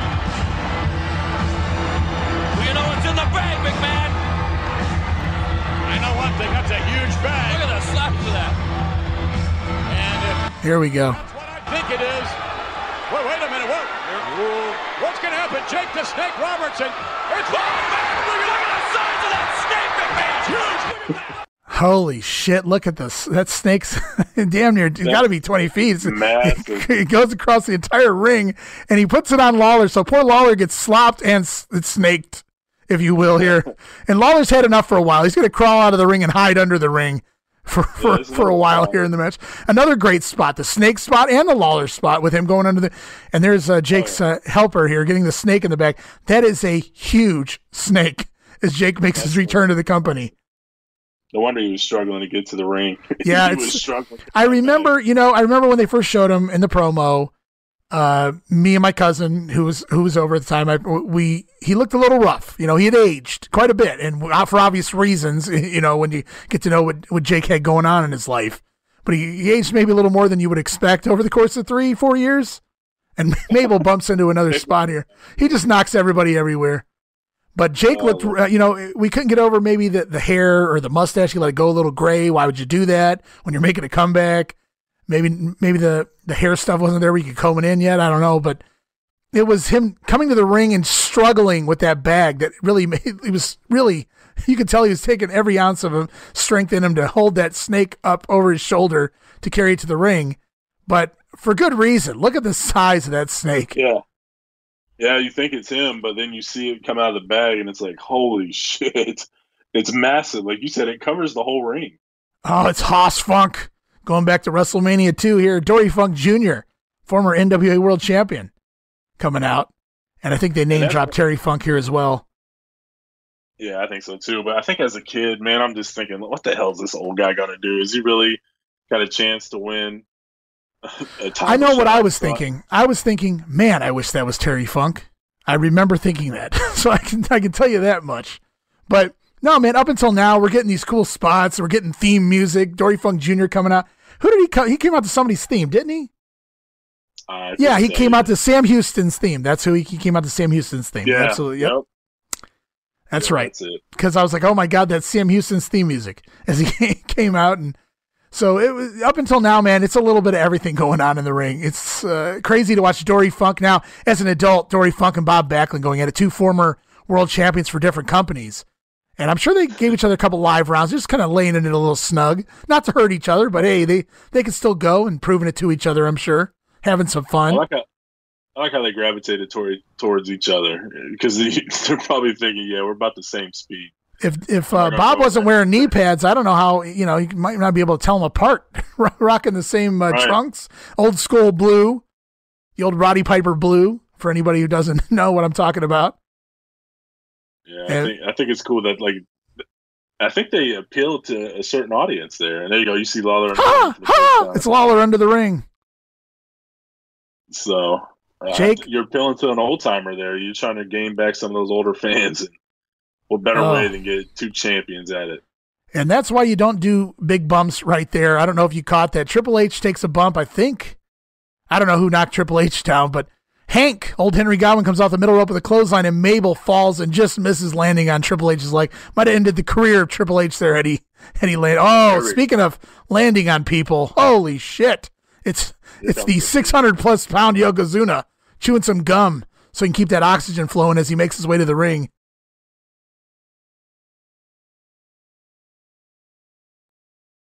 And we got some beef in there now, Yoko and Mabel in there at the same time. My goodness. Oh, Dory in the crossface chicken. If anybody knows the counter to the Yoko knows the counter. Yoko just nails Backlund from behind. And this might be it for Bobbert. Say goodbye, Mr. Backlund. Yoko's looking for the right. There you go. That's the side we'll throw you. Bob Backlund, the first man eliminated.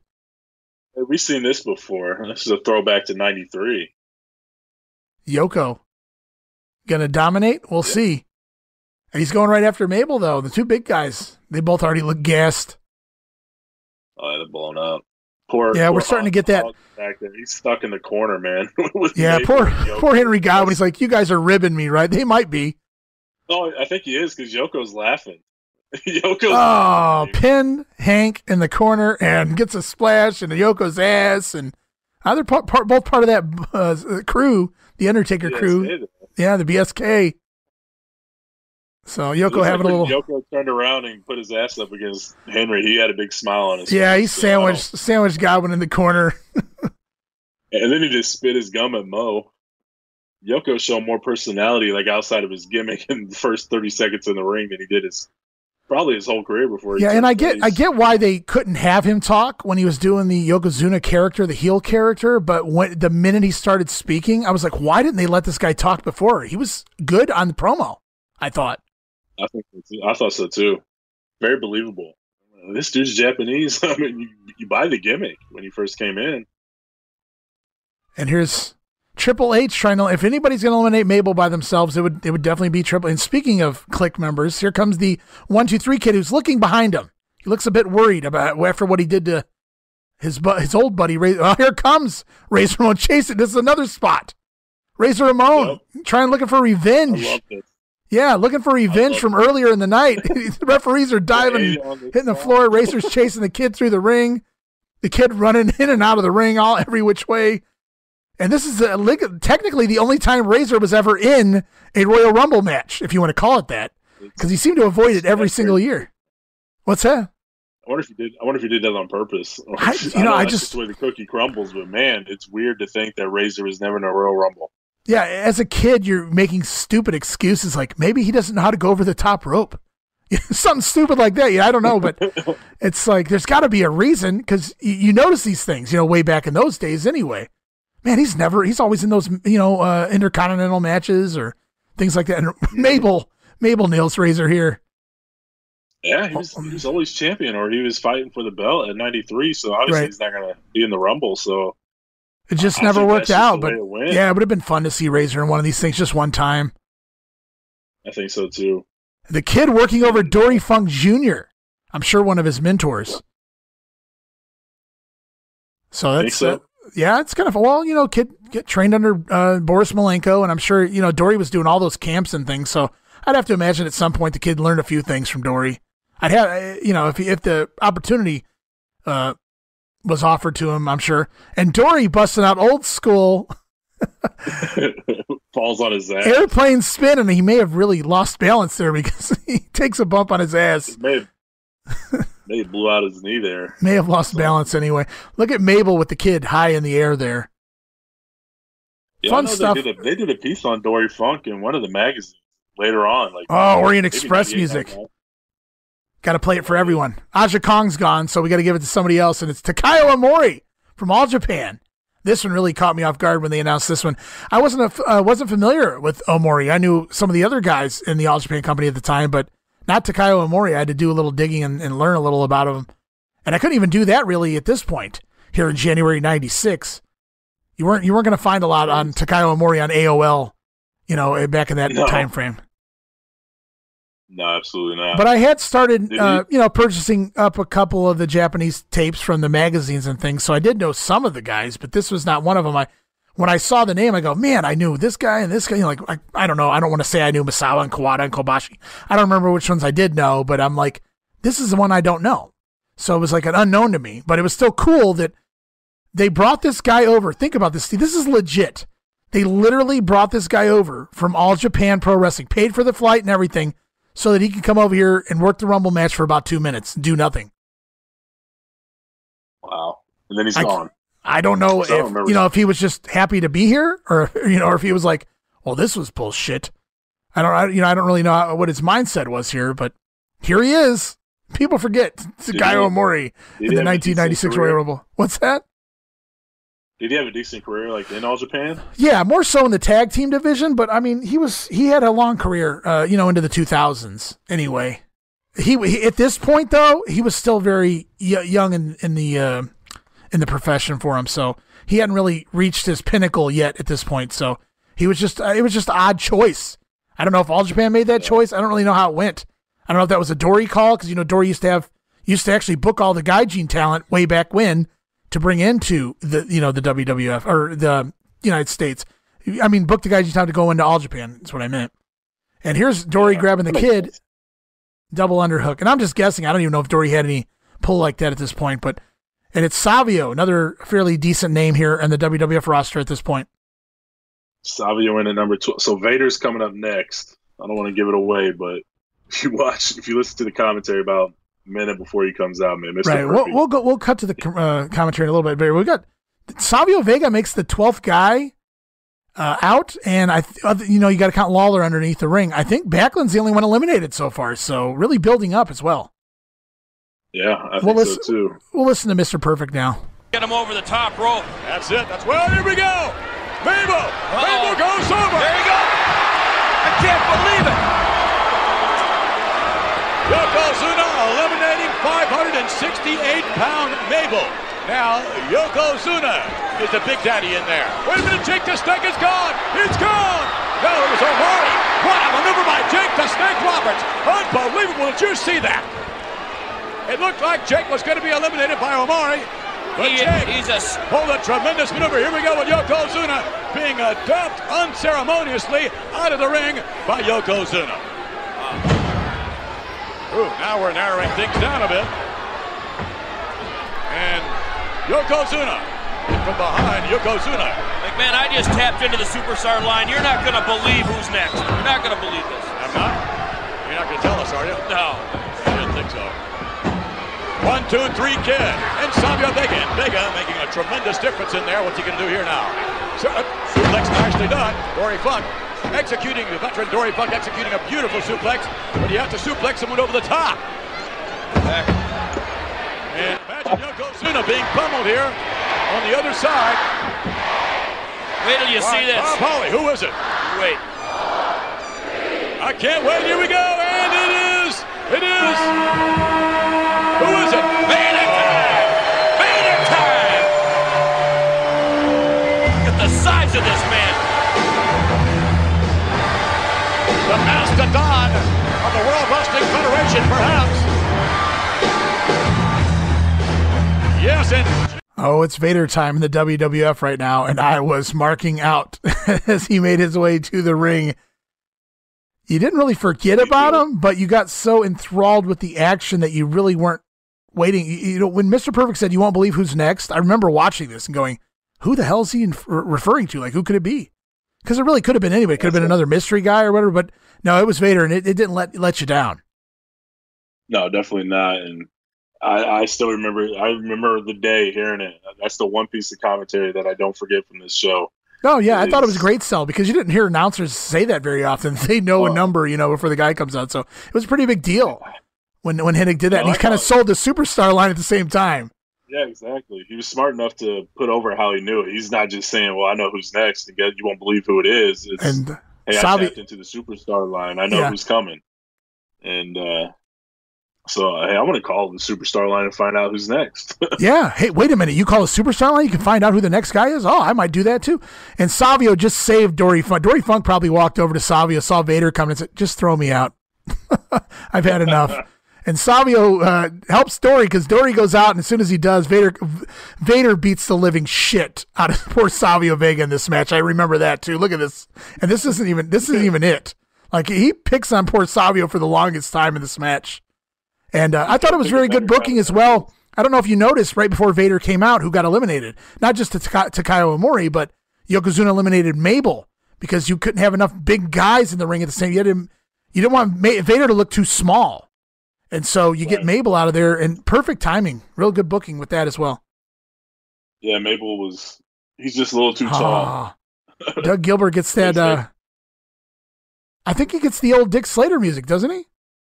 The Dixie music from '86? I don't remember now.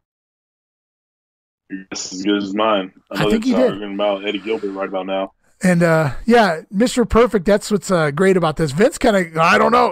What really killed me was Mr. Perfect tries to sell the USWA and sell Doug Gilbert and everything, and Vince just plays absolutely stupid to part of it because he's like, didn't he win a tournament in USWA to get here? And Vince's like, I don't know. How the fuck do you not know, Vince?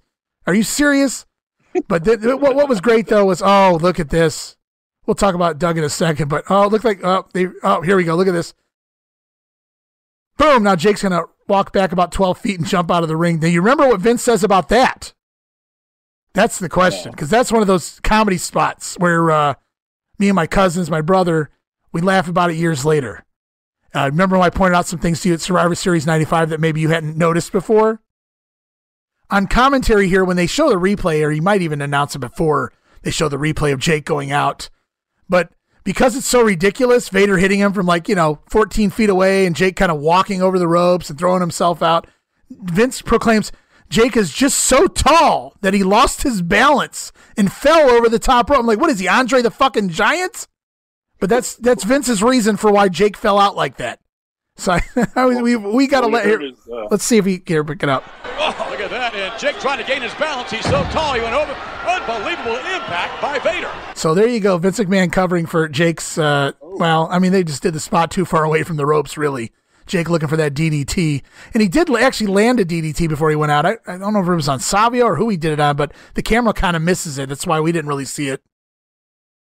Savio lays a nice kick on Vader, though. Oh, we were talking about Doug Gilbert. Yeah, you mentioned Mr. Perfect had mentioned how he had been tag team partners with Doug's brother Eddie earlier in the early 80s in the WWF when they were both just getting started, really, in the big leagues anyway. And Vince kind of acknowledged that. Yeah, you guys were a tag team here.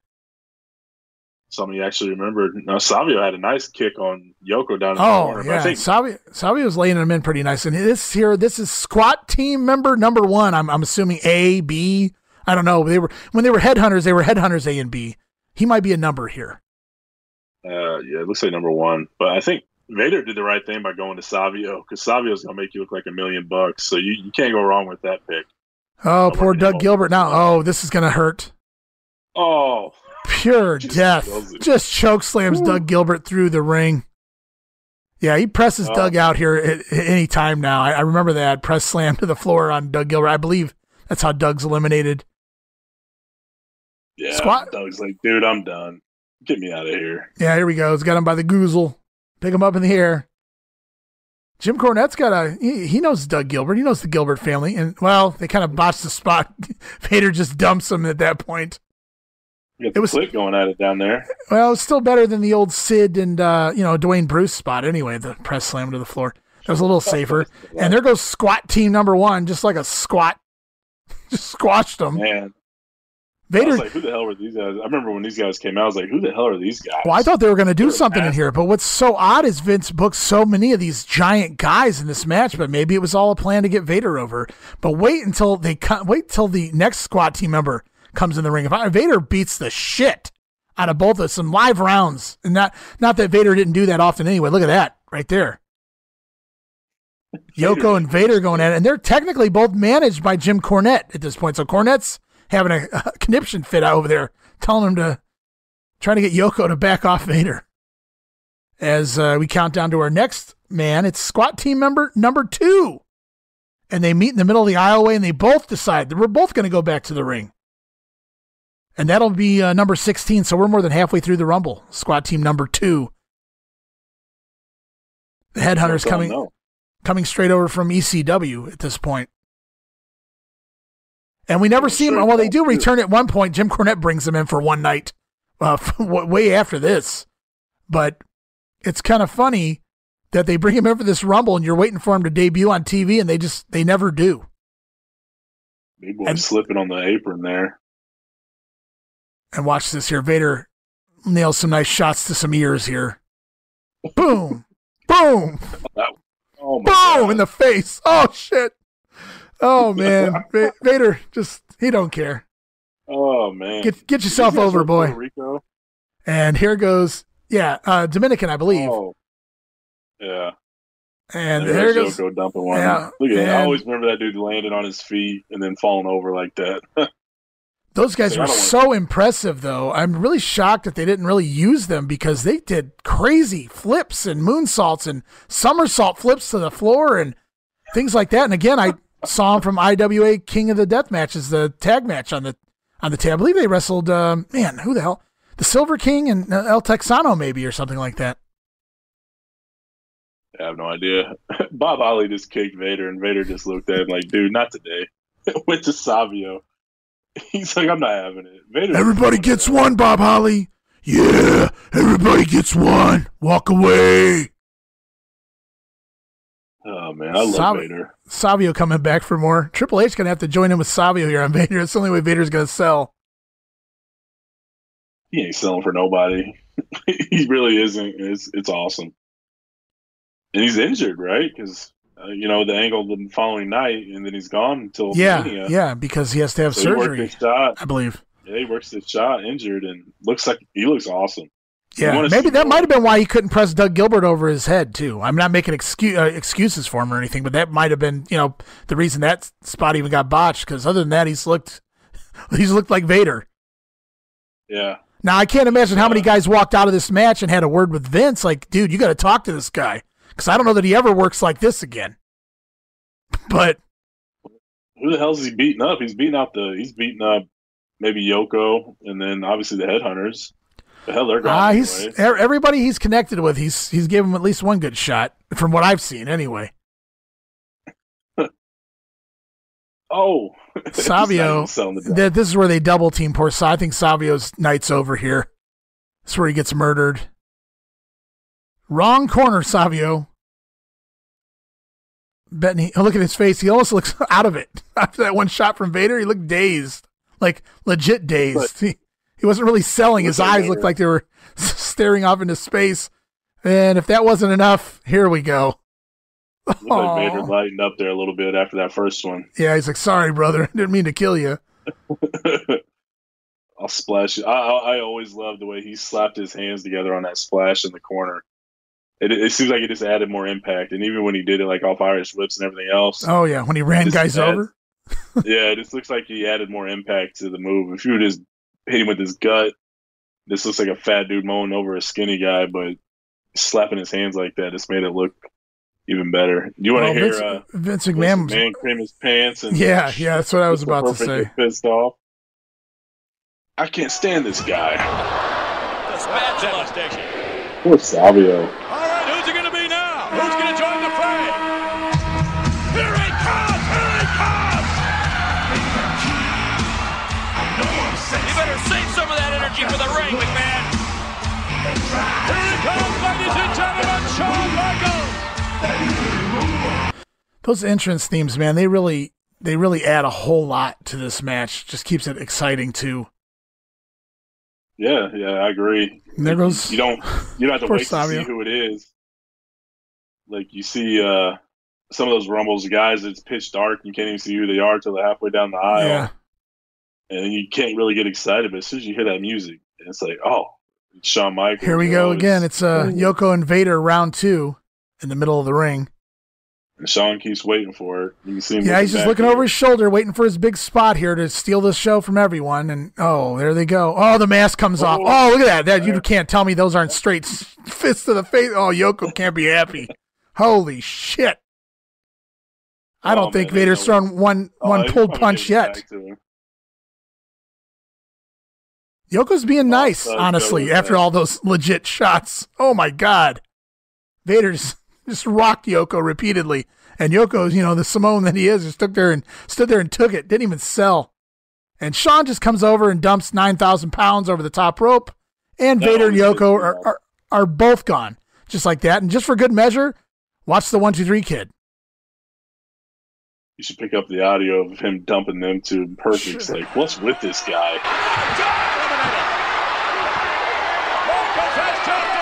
And I remember the crowd going nuts when he presses the kid out like he did some big giant task. They're pressing a 100-some-pound kid out of the ring.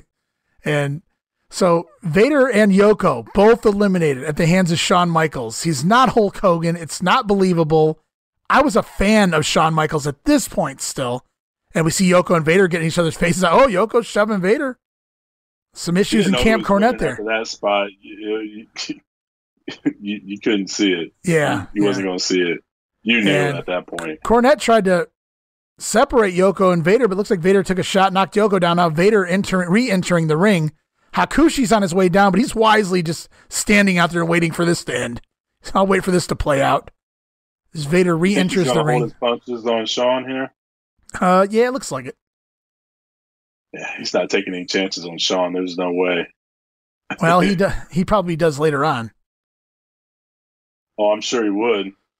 And here's the press slam. Shawn's going to get eliminated from the Rumble, but he's not. Oh, dude, when Shawn came in and dumped Vader and Yoko, and then Vader initially dumped Shawn there, I was like, I'm done. Like, I was having so much fun with this match, And then everybody who I wanted to see win or wanted to see was gone, and it was like, it's shit out of everybody. Yeah, Vader's just dumping everybody. Only Owen escapes. Owen gets thrown through the ropes twice, I think, for some odd reason. I guess he's a member of stupid getting back in the ring. Yeah, Owen's a member of Camp Cornette, so I guess Vader's going easy on him there. Owen's still playing the gimmick of not letting his feet hit the floor, like he doesn't realize. Yeah. Owen's selling like he's going over the top rope because he's trying to keep from hitting the floor. And Gorilla Monsoon in the ring now with every official in the company, and Vader in the face of Gorilla. We'll see more of that tomorrow. Yeah, on Raw, absolutely. The crowd kind of gives him a pop here, if I remember correctly. Well, yeah, you would see somebody terrorize the damn company like this. They never booked a heel to do this before in the history of the damn company. It was something different. But I got to say, I was very upset until I realized all the guys could come back in because it was awesome. Vader was there. Shawn dumped. I was very upset that Shawn dumped Vader and Yoko together. That pissed me off. It kind of took away. Oh, here's the spot. Here's Shawn supposed to throw Cornette over the top rope, but Cornette gets stuck. And they have to do the spot twice here. Would have been fun if he had done it right the first time, but there you go. Cornette eliminated from the Royal Rumble. And Shawn's not even selling that big press slam either. No, he's already back in doing it. Here comes Hakushi in for the 2 minutes he's in. Springboard elbow doing his little Muda spot there. I love Hakushi. Yeah, he's pretty much done. This is pretty much it for the character. I mean, he might show up another time or two, but I really don't remember him being on the Royal Rumble. So his year with the company, his contract's up, and he's getting the hell out of Dodge, and I can't really blame him. I can't blame him either. This is it. I got to ask you, did him and Hayabusa tag a lot, or was that just like I think I've seen the tape of them where they had a few matches over in Japan, but was that a but they weren't they didn't team all the time, no. I mean, they had their separate careers over there, but yeah, they did team here and there. But everybody remembers ECW, the Heat Wave. Yeah. But I was just curious if they did something consistently over in Japan, or I know they had a few matches, but I didn't know if it was something they did all the time. I'm assuming Hakushi worked elsewhere. In case you missed it, the first 7 times they talked about it, Shawn dumped Vader and Yokozuna over together. And you gotta get Shawn over there. I'm telling you, man, Shawn was probably my favorite wrestler in the company right here in January of 1990. I hadn't gotten completely sick of him at this point in 96 yet. And even that pissed me off. Like, that was just overbooking. It's almost kind of like how you said, you were a fan of Hogan, but even you can realize some things are just ridiculous in the booking with Hogan. Mm-hmm. And that's the way it was there. I was like, really, he needed to do that. Or at least not even eliminated him, but eliminated him together and this early in the match, which Yoko probably did need to, and there goes Hakushi out by Owen Hart. And here comes another underneath. It's Aldo Montoya, Mr. Jockstrap, the Portuguese Man of War, PJ Walker, Just Incredible, call him what you will. A Suedo Click member. Yeah, pseudo, baby. And you know what? You know what's funny? Is I don't understand how this character morphed into whatever the hell this is here, because it was originally supposed to be a Portuguese soccer player. The original sketches were of a soccer player from Portugal. And because Vince learned he could speak Portuguese, so automatically he had to be a Portuguese character. And of course, he got to use the Portuguese language, once? His first ever promo in the ring with DiBiase? Never spoke it again. So it was irrelevant. But here he is. And I don't know how you go from a soccer player to, like I said, whatever the hell this is. Like, who came up with this? Who knows? But I think, what do you do? Hey, man, we're going to put a jockstrap on your head. Like, what do you do? Okay. You sign a contract and, wait for something better to come along, I guess. Gimmick. Yeah. It's like the Red Rooster gimmick. And thankfully, he got with Paul Heyman and had a decent... he had a hell of a run for ECW, but I got to be honest with you, other than his initial stuff with Jerry Lynn, I loathe the Just Incredible character, his working, the character, the wrestling, everything. Like, that was probably my least favorite match on those shows back in his period with ECW. So, all you ECW fans, send your hate mail to me. But I did enjoy, when he first came in and he worked that pay-per-view, whatever, November to Remember or whatever it was with Jerry Lynn, I can't remember what it was now. I was like, wow, that was fucking awesome. Great match. I can't remember what pay-per-view it was now. But beyond that, once he started getting that world title type push and main event, that was just not it for me. I didn't get it. And I felt like his prime years, like the years he could have really, wrestled, were, Jerry Lawler gets found by Shawn there and popped out. And it's just in time for Diesel, just as well. Because now we're going to have Nash and Michaels in the ring. And the Clique's going to dominate. And Triple H is in there for the moment. Yeah, I felt like he was way over pushed. He was booked invincible in ECW when that run. And it looks like the Impact players both. And he didn't have he didn't have as much pull here because he's already gone. And there goes Tatanka, who was in for a cup of coffee there. Yeah, for 2 minutes. Is he done? He's done for after that. Like, we don't see him anymore. Yeah, Tatanka was actually he was just brought back for the Rumble match. He was gone since the fall. He was gone since at least October, I think, because of some accusations made by a female. And Vince could not have him, couldn't have the liability on his roster. There was court things going on at the time. I don't know how it played out or anything like that, so I won't get too deep into it, but I do know it's basically why they had to take him off TV. And here he comes back here, and you kind of realized he was no longer with the corporation because when he came out, he had his old Tatanka music. There was no money signs and money music and things. So, but yeah, he was just brought back for this show. Same with a few guys, Mabel, Tatanka, Kama, who we'll see here still, brought back just for this match. There's that spot. They're showing every Shawn Michaels elimination. It's like. Which just so happens to be a lot of the cool eliminations at the same time, watching Yoko and Vader go over, the press on the 1-2-3 kid, and then Lawler there taking that awesome backflip bump, bouncing his ass off the top rope and taking the bump out of the ring. So Jerry Lawler lasted a good little bit of time there underneath the ring, but once Shawn found him and brought him in, it was bye-bye King. And speaking of Kama, here's The Undertaker's buddy.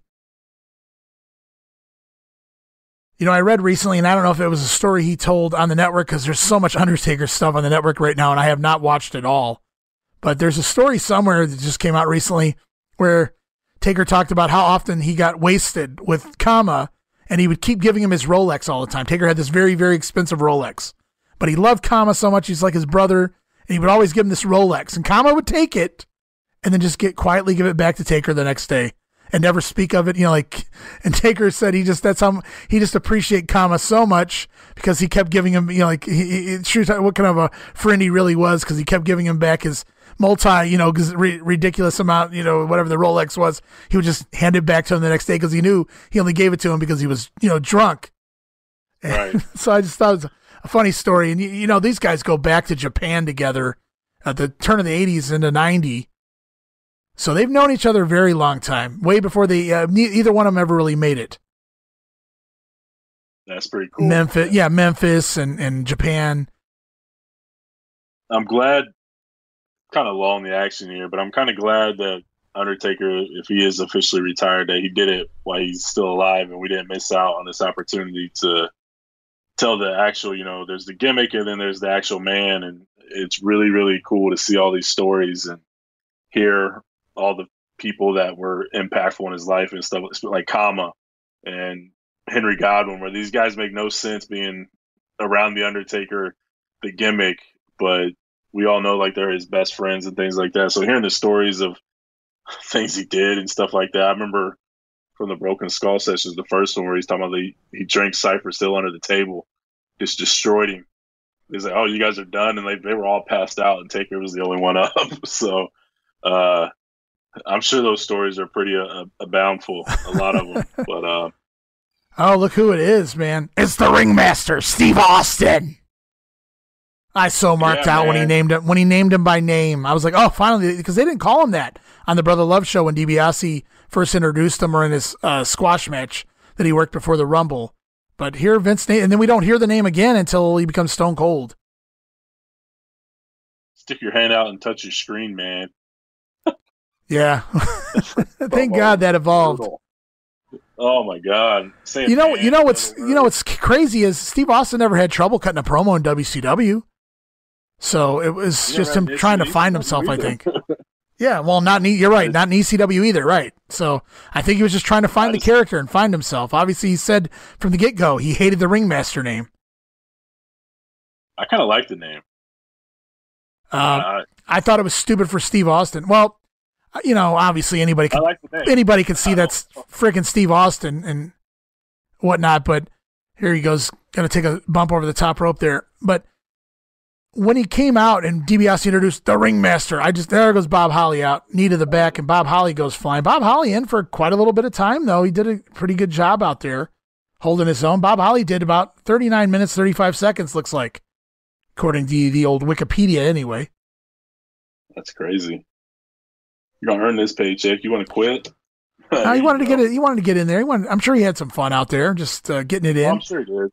Especially if he's not working, they're not doing anything with him, and all of a sudden he's like, I'm going to put my notice in, and they give him 40 minutes in the Rumble. He's like, sure, I'll take it. That has to make you feel appreciated when you're somebody underneath and you're not really lobbying for something. You're not really giving them complete shit. Like, you're not being an asshole. You're just like, dude, I'm just going to go. And they realize you're such a company person and you're such a solid hand underneath that they're like, well, we're going to throw you some bones here. And those are some pretty, to pull somebody out of a pay-per-view, put you in there just to keep you happy, and then to put you in the Rumble and give you 40 minutes, that's a pretty big deal. Yeah, and here comes Barry Horowitz. And I don't know if it was the Survivor Series or if it's here in the Rumble where Mr. Perfect, where they kind of discuss here about what if Barry Horowitz won and he went on to Main Event WrestleMania, and Perfect says something along the lines of, oh, when you said anything could happen to the World Wrestling Federation, now I know what you mean. And it kind of just gets over anything can happen. Barry Horowitz here in the damn Royal Rumble. Right. You gotta sell it somehow. Like, it's not believable. But this is honestly, though, like I said, man, Perfect. Oh, go ahead. No, man, no, you go on. I was just gonna say, Perfect. He does an excellent job all night, putting almost every single individual over in one way or another. Like he lived it and he knows it, so he does an excellent job this whole match, putting all these guys over. What's funny is Horowitz. It's crazy. Yeah, Perfect does. I mean, like, I think this is probably his best night on commentary in the company. I think so too. And it's funny. It's funny because Horowitz has been with the company for years, off and on, but more often than not, he's been on TV and whoa, what a bump! Triple H selling for the Big Daddy Cool as Diesel dumps Triple H, who actually lasts the longest, as he drew number 1. He goes out in 48 minutes. So a little longer than Bob Holly. But what I was fixing to say was Horowitz finally gets a real push, going into SummerSlam, and here we are not even, a half year later, and he's done. They're basically forcing Horowitz into this match because his push was already over by this point. And he's just kind of fodder for this match, and pretty much after this, we don't see a whole lot more of Barry Horowitz, just here and there doing jobs. Yeah, I mean, obviously, he's not going to blow the socks off anybody. But I think if you go back and watch some of those house shows and things like that, when he's in the opener and he's not like jobber extraordinaire, oh, nice drop kick off the middle rope by Shawn there. Time to make a difference. Fatu making a difference. But I think if you go back and watch some of those opening matches, I know on the LA show on the network, he's fighting the Blue Blazer. And right. He can go. He was very entertaining as a jobber on those house shows where he actually got time to work. I like watching Horowitz in Memphis and in Florida. I liked his brief stint in Global, which was really fun, where he was gimmicking the scale so that he could pass off as a junior heavyweight to work, or the light heavyweight or whatever the title there. And he won one match because they basically played up the gimmick where he never won a match in the WWF. And he won in Global, and he immediately became the winner, Barry Horowitz. So I've always liked Barry Horowitz.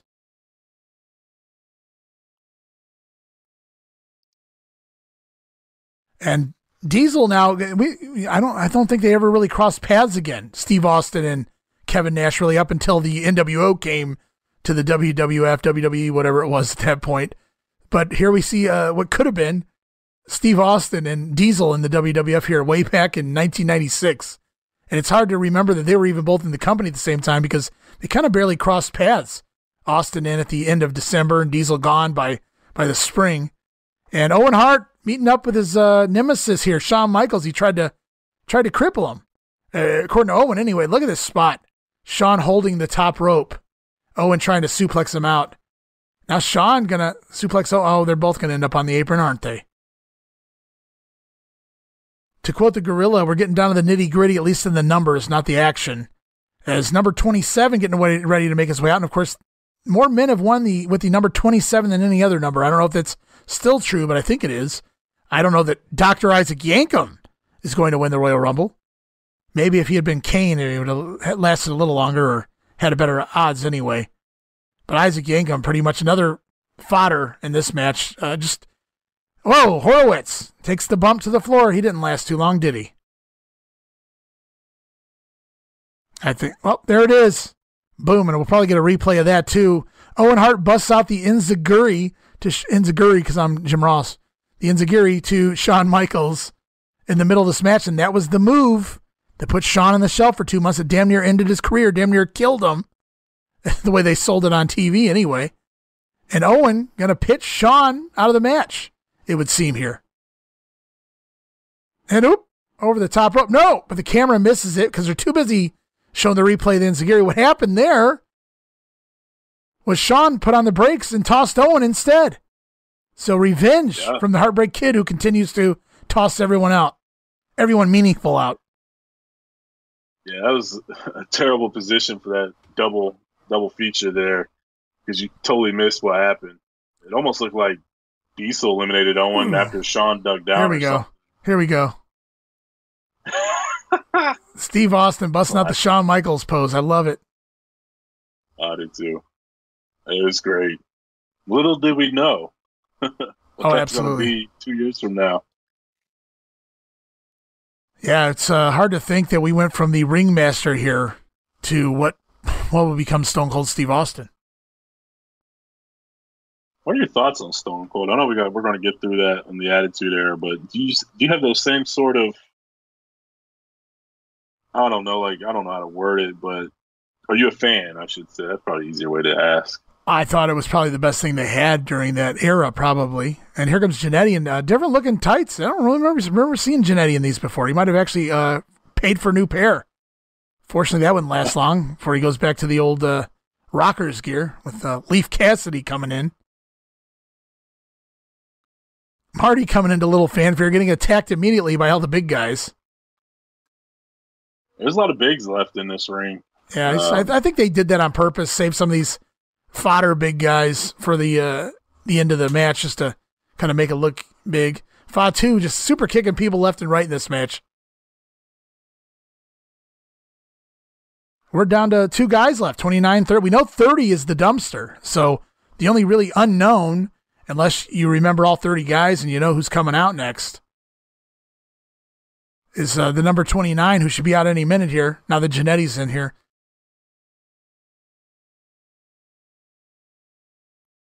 And we're going to get that epic Marty and Shawn showdown. Just like we used to get the old Tito and Rick Martel showdown in the Rumble matches. The later years, we get the Shawn and Marty stuff. Oh, yeah. I always enjoyed it. But I was always, it's funny. I remember I think it was high school or middle school, one of those, I was talking to my friend about wrestling. I was like, how come when feuds are over, like every time they get like the Royal Rumble together, they're going at it? Like the feud's over, but like you said, Tito and Martel be Royal Rumble 91 and they're going at each other or whatever the case may be. Well, can those feuds ever be over? Can you ever really end that feud? Can you ever really end when a guy throws your face through a friggin' window? I think I'm going to come after him for years, I suppose. I think it was a lot more heated at 94's Rumble. Obviously, Shawn's the heel there. Here, they're both baby faces, so we get the fun little spots there, but not a whole lot. Surprised Shawn even agreed to do a double down with him. I'm shocked. And 29 is the British Bulldog, which just leaves the dumpster. See how the dumpster fares after he won that spot thanks to the Gorilla. 94 was great, man. When they locked in and just started throwing right hands at each other. Oh, it's great. Excellent. Yep. What a spot. 94 is an underrated Royal Rumble, man. Match anyway. Well, what, you don't like watching The Undertaker die and ascend and all that great stuff? You mean Marty is sitting? Wow, look at that. The hell's she wearing? Look at them two. Yeah. Was that classic? Diana Smith looking okay in there. That's weird. They hadn't even really shown her up until this point. And Marty Jannetty eliminated. I wonder if she just now came out and sat down. It's possible. Yeah, she wasn't sitting front row for the whole show. That's for sure. No. Keep an eye on Fatu and Steve Austin, guys, for the record, too. And Austin with a headbutt on Fatu there. And just keep an eye on him right here. Austin's going to get up. He's going to catch the ropes. Fatu with the clothesline. And what just happened? What just happened? Fatu eliminated Steve Austin. Fatu eliminated Steve Austin 2 weeks into his tenure here in the WWF. That's not how you book a guy. Steve, did you know that was not supposed to happen? Did you go over on accident? Yes. Steve Austin eliminated on accident. He was supposed to hang on and come down to the final 3 or 4 guys in the ring. He had spots he was supposed to do with Shawn. In fact, I wonder if his spot was Kama's spot here, which would have made sense. Wow. It's Austin's brought that up in recent podcasts in the last year or so, that he screwed up. He openly admits, I messed up the Rumble. They gave me this shot, this opportunity, and I was supposed to grab the ropes, and I don't know if he missed the rope or he slipped the rope or whatever the hell the deal was there, but yeah, and here comes the dumpster. So yeah, that's a fun fact that Austin himself told, that he was supposed to do some shit here at the end with Diesel and Shawn, and that would have been fun. That would have really gotten him over, made people take notice. Instead, with no fanfare in the background because the camera wasn't ready for it, Austin gets eliminated by Fatu. Wow. Definitely not. It doesn't make sense. Oh, Owen back. Love it. More angles. I do too. Yeah, definitely. These guys can't get enough of each other. No, Owen back out after being eliminated by Shawn, and now Davey and Owen putting the boots to Shawn on the floor. I'll go back to I know when Vader eliminated like everybody, you're trained to think that because, the few spots that we did get in the Rumble was always guys that were eliminated someone else. Right. Piper and Bad News, and Hogan and Sid and things like that. So you're trained to think, oh, God, like even Giant Gonzalez coming out and eliminating The Undertaker, a guy that's not even an entrant. So yeah. Vader's cleaning house. You're just like, well, there goes everybody. But nope, we're all back in. So glad they changed that. And there goes Kane. Mayor Kane has been eliminated from the match, courtesy of Shawn Michaels. I was actually surprised. Well, there goes the dumpster. So you see how number 30 paid off there. Triple H goes 48 minutes. The dumpster goes a couple minutes, whatever that was, 2-3 minutes. I don't know. 1 minute and 10 seconds, according to Wikipedia. And we're down to the final 4. Diesel, Bulldog, Shawn. There goes Shawn over the top. He's going to slide back in, I believe, here. There we go. Slides under the Bulldog. And for the second year in a row, Shawn Michaels eliminates the Bulldog from the Rumble match. And this is Kama's spot here. Last long. And here we go. Kama, it was odd to see Kama here because he'd already quit the company. Didn't even do a job on the way out. He had Mo replace him. And there's Diesel. Sends Kama to the floor and super kick. Nash turns right into it, and Shawn Michaels. Yes, he's got a fucking WrestleMania. Shawn Michaels is going to WrestleMania. How does he do that? And Kurt Hennig even selling it. How does he do that? Yeah. Damn, McMahon. I think there's a Pro Wrestling Illustrated where Kurt Hennig's on the cover, and it says, Shawn stole my whole career. You know what's crazy here is we're only an hour and 58 minutes into this pay-per-view. The pay-per-view is 2 hours and 49 minutes. That means nearly an hour of the nonsense between Brett and The Undertaker. I don't really remember the match being all that good to begin with, but you figure you have to start implementing the entrances and everything else. Oh, Diesel's pissed. Oh, what was that, Bulldog?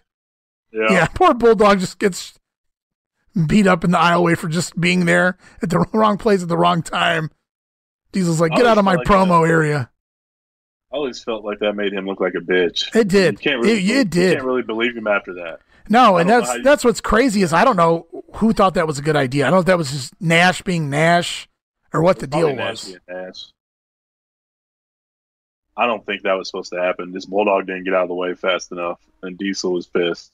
Yeah, but he was on the ground, so we would have never even seen him anyway. It's Click being Click. Sean doing his little underoos routine in here. I don't need that, so let's get Diesel. Hopefully Diesel comes back in there and jackknifes his ass. I'm not going to pay attention to Sean stripping, but there was the fan there that had a sign that said "Good Riddance," and it was Hogan and Savage. I saw the Good Riddance. I couldn't make out who was on the poster, so yeah. It's funny when you brought that up. I noticed that too. And here we get a stare down. Diesel's kind of been turning heel, but he hasn't turned his back on Sean just yet. But now Sean's eliminated from the Rumble, eliminated him from his chance to go to WrestleMania for the world title. So now he's got to think about it. What's going to happen here? Looks like he's getting ready to lay the... No? I got a question here. Yes, sir. Diesel said he's only going to give people high fives that are wearing a black glove. Where's Sean's black glove? He took it off, man. He's dancing. Sure. Oh, gee. He doesn't have a glove on. So let's get that $5, Sean. He's a Click member. It doesn't count. He gets freebies, huh? You get freebie hand jobs. Oh, Lord. The stripper gimmick has begun. And high fives all around by the Click, because when one Click member wins, they all win, because they're in control of the main event scene.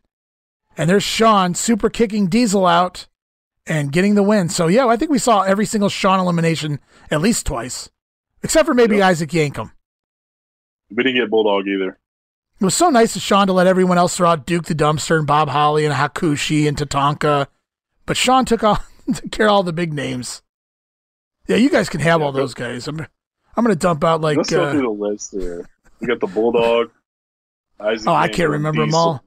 Owen, certainly. Vader. Kid, yeah. Owen, like you said. Diesel. Every name that meant Bulldog, something in Royal Rumble was eliminated by Shawn Michaels or the Click. It's going to be a tough last 50 minutes of this one.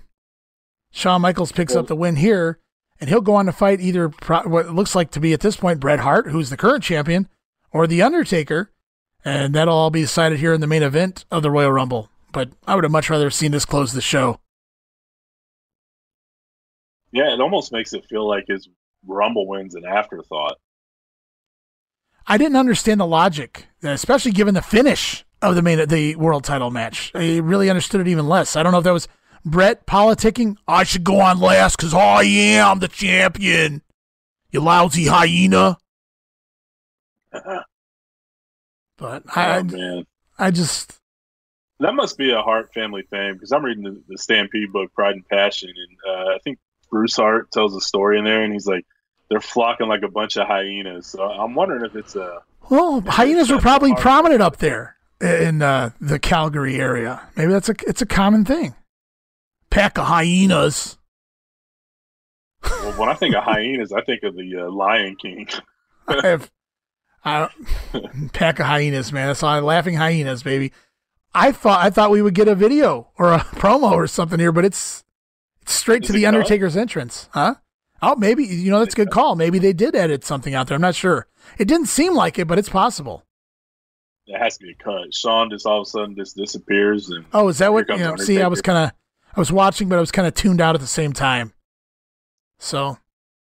Sean was like going around the crowd and doing all that. They must have cut, but you got the Royal Rumble Plus at the end of this. So I think that's why it's a little longer time-wise than what the actual match and everything. But yeah, this 30-minute Undertaker entrance feels like forever. Every Undertaker entrance feels like forever. Some are a little more tolerable than others, but I wasn't a big fan here during this period, and I was so amped up when this match was going to happen. I wasn't really super excited because it was going on last, and like I said, it just pissed me off. But here's the showdown here. This is the money. You got two 7-foot monsters, main eventers, staring at each other. Oh, Paul Bearer gets shoved by Diesel, who's still at ringside for whatever reason, out there after Sean. Must have been watching Sean's show. And boom! Diesel comes at Taker, and Taker giving it right back. And that's a precursor for things to come as well. I think this elimination at the Rumble, Diesel's kind of loses it at that point. If what little bit of babyface he had left in him, he's still friends with Shawn tonight, but I think Diesel's, he's kind of lost it, as you can tell here. Yeah, he's not looking to be friends anymore with anyone. Yeah, I guess, if you think about it, how could you do the Rumble last if the whole angle was here like this here? Like, if you wanted Diesel to turn, you couldn't really. Obviously, I don't want to spoil anything as far as you could save this for TV. This isn't a necessity to put this on after the Rumble. I feel the Rumble's more important than this angle right here, at least to me, anyway. Yeah, but if that's how you have it booked, I guess there's really no other way to do it. You can make it make sense based off of this. It sucks because, like you said, you're on a high from Shawn winning. You're excited for that. It's the Rumble match. You love that. It takes all your emotions and your energy. Yeah. Just getting through that match. And then all of a sudden you got Brett and Undertaker, who is going to work a kind of a slow, methodical match. It's just not going to live up to the expectations of what it's like putting Hogan and The Rock on before the last match. You're done. You're drained. Yeah. And okay, these are two big names, and this was still cool. Like when this happened, I'm like, holy shit, there's more shit going on. The Rumble match ended. Now these two are going at it, but this is pretty much where it ends for me. And that's not. I'm not trying to take away from Brett. Brett's gotten some good matches out of a lot of people that didn't have any right getting good matches out of. But I don't remember this one being too fun.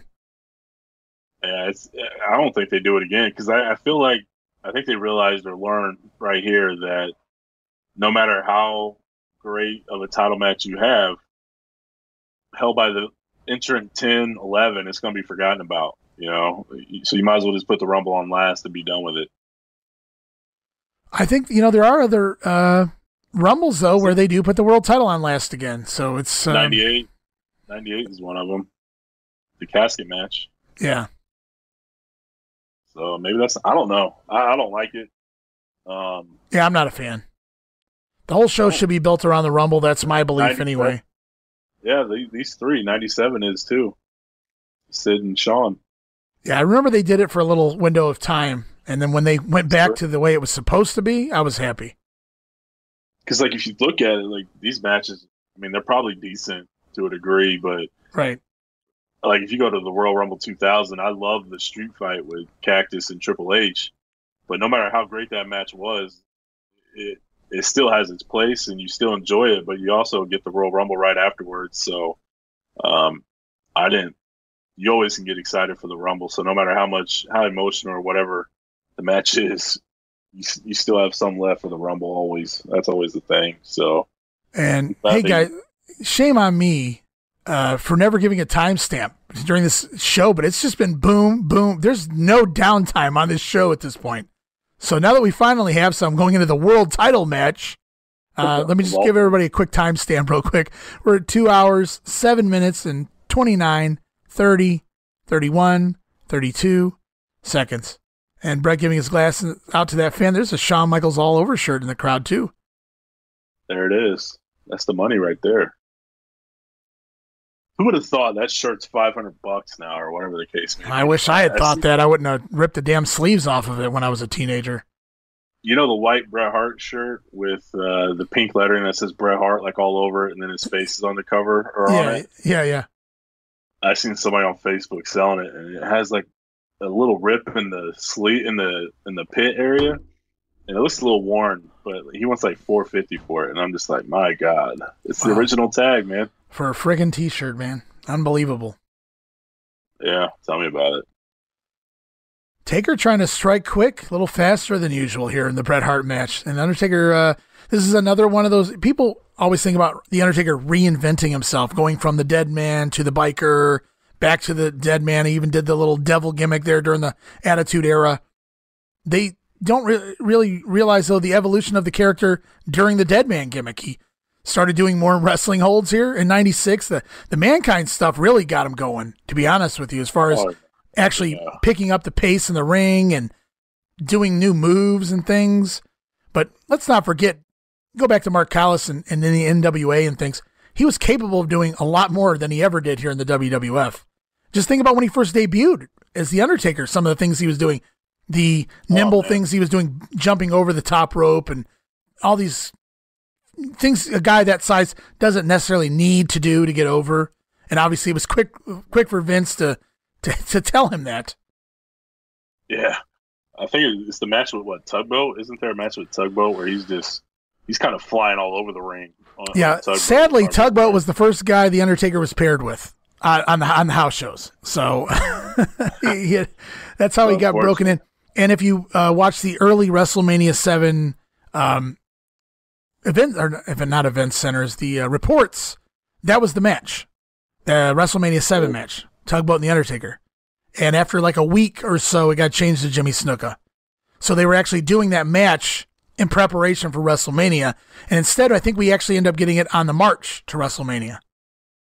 Yeah, that's the one I remember. And Taker's flying all over the place there, doing all sorts of stuff. Where he's doing a lot of his Mark Callis moves from the NWA. He hadn't quite slowed down just yet. And I know he likes to talk about it. He's like, I'm slow, methodical, and then all of a sudden, bam, a burst of energy, and it just throws everybody off guard because you're not expecting it from somebody like me. So it was kind of easy for him as far as working, because when you're working so slow, when you do one thing fast, it's going to stick out. So he had it made.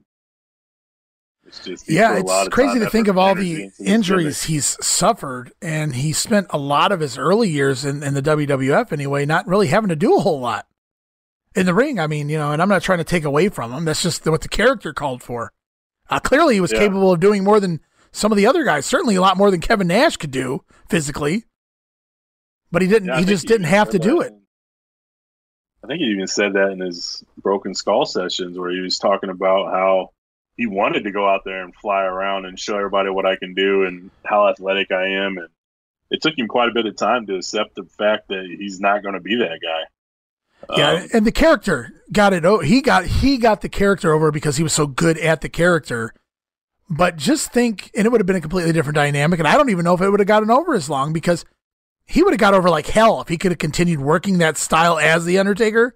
But I don't know that the character itself would have stayed over as long. It was. I don't think so either. When he started busting all of this stuff out in '96 and beyond, it was like, holy shit, I forgot he can do this, or holy shit, he can do this. And, you know, it's a whole new dynamic. So he spent years not having to do a whole lot, and he got the character over, and then he started wrestling and, evolving. So the character evolved even while it was the Dead Man. And this is the old masked phase where he had suffered a broken orbital bone at the hands of Mabel, and came back at the Survivor Series with this mask on. I believe it's during this match that he loses the mask. I think Brett rips it off at some point. I think this is the match. Yeah, this is it.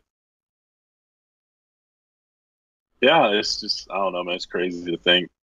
Like you said, I think he had to develop the character and get it over as strong as he did before you could open it up to other things besides this, besides old school. Right. And by the time he was, when he came back as the Dead Man, it was well past getting over. It was,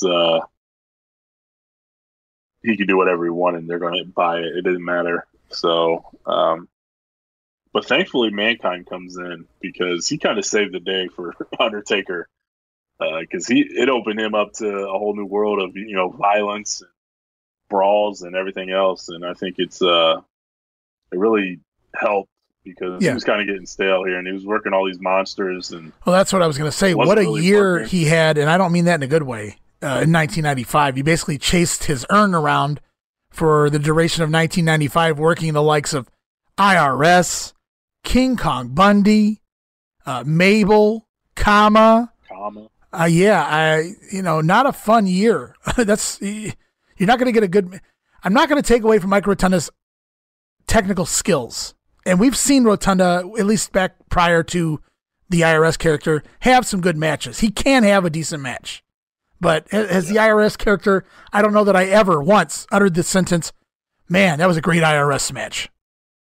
And I think I've told you this before, Maybe but growing up, me and my family members that I watched wrestling with, we would always joke like, what's the worst match that you could book? And it always involved IRS. It was either IRS and Babyface Doink, or IRS and Bob Backlund, or a triple threat between the three. Those were the names that were on the Bret Hart with a dive to the floor on the Taker. But yeah, it's he had a rough year, and he always got thrown into those, lumped into those matches with the big guys too, Giant Gonzalez and Kamala and things. He wasn't going to have a hell of a match with any of these guys, and so no. I think it was just there to help him put the gimmick over. And I wonder if any of this '96 booking was the Undertaker, or if it just worked out this way because he gets gifted Bret Hart to begin the year. Diesel basically falls in his lap because he's on his way out to WCW, and then he gets Mick Foley basically the rest of the year. Yeah. Get the executioner too. Terry Gordy, baby. That's right. So, boy, that was a weird one.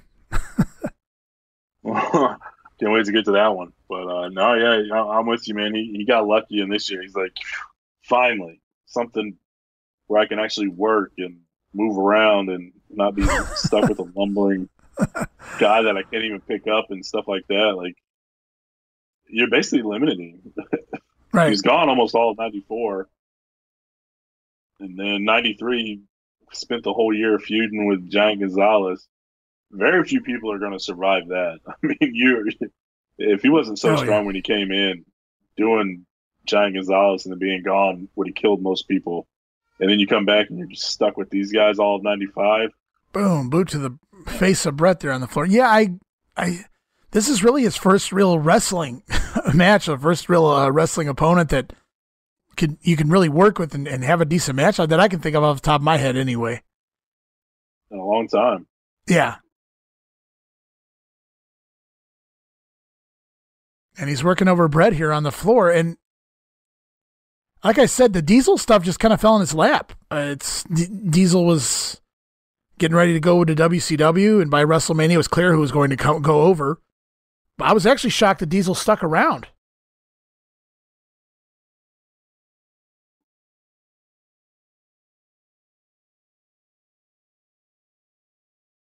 Now Taker is it's starting to get a little plotting on the outside. Maybe we get the action back in the ring.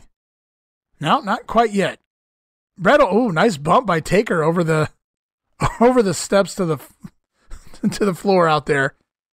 So Bret giving it right back on the outside. That was a nice bump by Taker. He really probably never left his feet like that except for when he was delivering the clothesline. So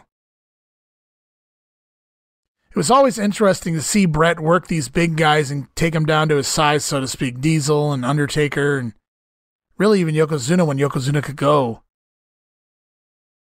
Bret really could work with anyone, and I'll give him credit. Like, I wasn't a giant Bret Hart fan like a lot of other people are. I love the Hart Foundation. I love that era, Bret. I hated that he beat Mr. Perfect for the Intercontinental title, so I was never going to like him for that. But I absolutely knew that he was absolutely at the level of the guys he was working during that period, the Roddy Pipers and the Bulldogs and semi-main event level. When he won the world title, I kind of said, really? Bret Hart?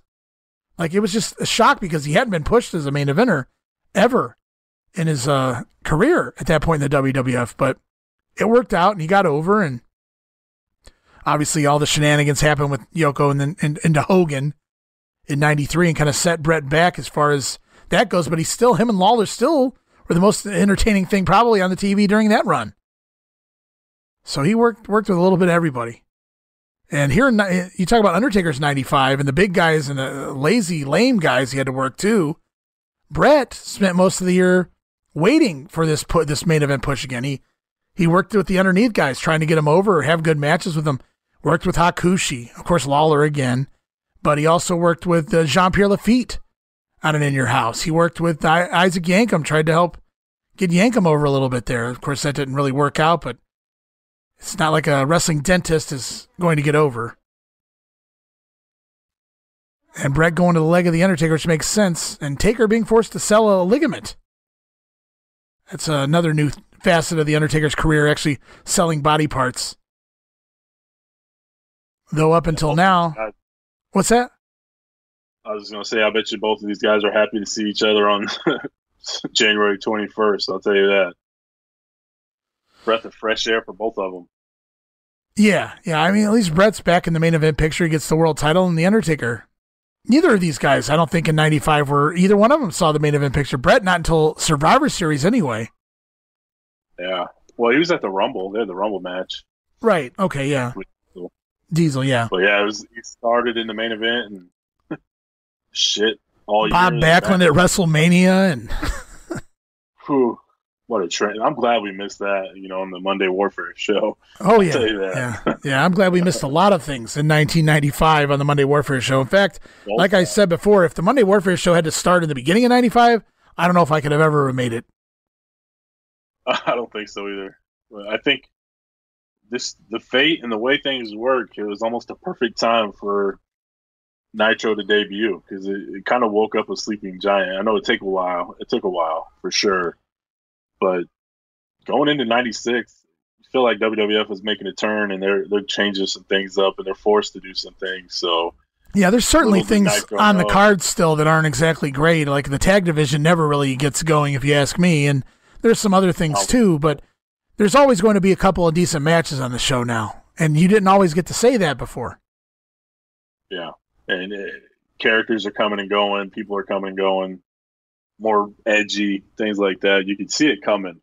It takes a while to fully get there, but you gotta be careful what you wish for. It makes you wonder if everything would have happened the way it did if, let's say, Nitro was on Tuesday night or Wednesday night or something like that. Like, not necessarily going head to head, but a primetime show that are going against each other weekly. Just makes you wonder if Vince would have really pulled out all the stops that he did if they weren't going head to head. Yeah. And Bret Hart's working the leg taker here. He's got the figure four on him. Undertaker, it's so odd seeing the Undertaker try to reverse a figure four. It's crazy watching him turn over a figure four spot here. And now Bret's the one in pain. The power of the urn, baby. It's back. It took a year. It took about a year, but he got it back. And clearly they've melted the chain down and made it back into an urn. So how do you like that, comma? And thank God that urn chase nonsense is over with. Right. I think it's pretty much over for good after SummerSlam. What's that? The urn chase. Oh, yeah. Well, I mean, maybe until later years. Yeah, I don't remember later years, so as far as I'm concerned, it's done for good. Yeah. Oh, man. Bret gonna stick on the Taker's leg. I don't know if that's gonna make for much of a fun match. The beginning wasn't too bad. The stuff on the outside was pretty solid, but now we're into this leg work stuff, and that works with some guys. I don't know. The Undertaker's not capable, the character isn't capable of selling it to the level you really need to sell it, like showing actual pain. Like that figure four there, a lot of that spot was just the Undertaker laying there. He would flail his arms every once in a while to try to get some momentum, but without really being able to sell it. It just feels like you're just laying there doing nothing. And that's not his fault. That's his character. That's what are you going to do? You can't change your character at this point. So, right. Unless you turn into the badass gimmick, which was a breath of fresh air too. You can see him sell and be normal a little bit. Yeah. But not here. So now they haven't even removed the mask in this match yet either. Taker's still rocking the mask. So on top of the not really moving around too much, his body, you can't really still see his face sell either. He's got the mask on right now. This crowd's dead too. Yeah, they're drained. Yeah, the crowd's not moving, and it's not because these two aren't over. It's just because where they're positioned on the card, and probably a little bit of this leg lock shit here too. It's not doing them any favors. No favors. Yeah, Brett's doing no favors for this crowd right now. There he goes. He's going for the mask now. We're trying to anyway. Brett getting a little nasty. You was talking about Brett there a little bit ago. 92 is such a weird year. Just nothing makes sense for the most part. But I started watching wrestling like every week.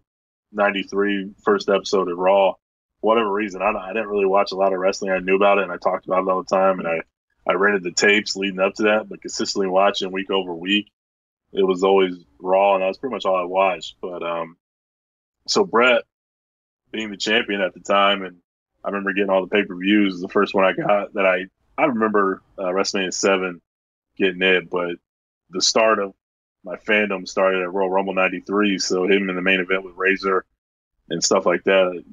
He was the champion, he was the top guy, and I just got hooked. And I've been a fan ever since. So I'm one of those Bret Hart fans, but it's just the timing of it all. I think it doesn't matter. It wouldn't have mattered who the champion was at that time. I think that's who I'd have been a fan of, just because you like the top guy, especially when he's a face, a good guy. Right. So it just happened to be Bret. And so that's who my guy is. I've always been a fan. And I think you was Sean, I was Bret. So I'm not surprised we have some differences sometimes, but it's all good. And but I can respect anybody. I don't care if I like you or not, man. These guys put in the work, and they deserve everything they got in this business because they put in the effort. So I may not like Shawn Michaels the person, but the wrestler is really entertaining, and I think that's what kind of separates some people from others. Like we can look past all this stupid shit and just say, you know what? This dude's a great wrestler. I'm entertained by a Bret Hart match, or I'm entertained by a Shawn Michaels match. So not everybody can do that. Yeah, there's very few people that I can't enjoy, even if I'm not a big fan of their character or whatever. Like I said, I was never really anti Bret Hart. I don't think at any point, but there were points where I'm like, he's like 8th on my list or something, the guys I want to watch right now. And then he put on a classic. You're like, damn. That was a good match. Yeah, I'm like, oh, that was a good match. Yeah. Absolutely. Holy shit, Diesel had a good match. So. Right. I love that match with Jean-Pierre Lafitte. That's one of my favorites. Taker getting a little nasty himself, going to get the camera cable, going to wrap it around the throat of Bret. I don't think that's how you win a world title, Taker. I could disqualified there. Yeah. The ref's going to be lenient. The title's on the line. Paul Bearer is distracting Earl Hebner. A little bit of heel work there. Paul Bearer. I'll take it. Yeah, this is not the match you want to put on after the Rumble. Like I said, it's a slow, plodding match. It's not a bad match. Bret over the timekeeper table there. It's just, man, I'm dead after the Rumble. Even now, I'm dead. Yeah, I mean, it's like this is like extra shit that's not even on the same card. It's like this, you watch an old tape and you watch the pay-per-view and then you watch the shit that, somebody recorded after the pay-per-view. That's what this feels like right now. Just some random shit that's on at the end of the tape. Oh, Hayabusa match. Okay. Yeah, yeah, I think I had a what was it? Survivor Series 91. I think the first match got clipped or something on my tape. Something happened to it.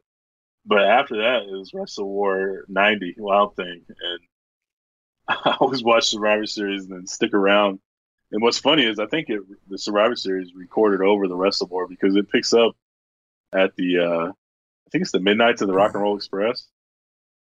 They have a match, right? I don't remember what pay-per-view, but I know they have a match in 90, yeah. Or it might have even been...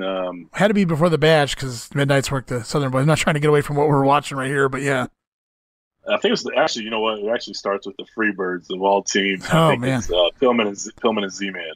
Lucky you. That's where it picks up. And then it cuts off like 10 minutes before the show's ends. So I don't even get to finish just Luger and Flair.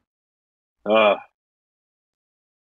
kind of wish we weren't getting the finish to this one at this point, to be honest with you. Jeez, oh man, these guys who gave these guys 30 fucking minutes? I don't know. You almost wish they gave him like no DQ or something because that's really what worked. And that's what worked for Diesel. Yeah, Diesel and Bret. I think they didn't want to overkill that and keep giving Bret these gimmick matches.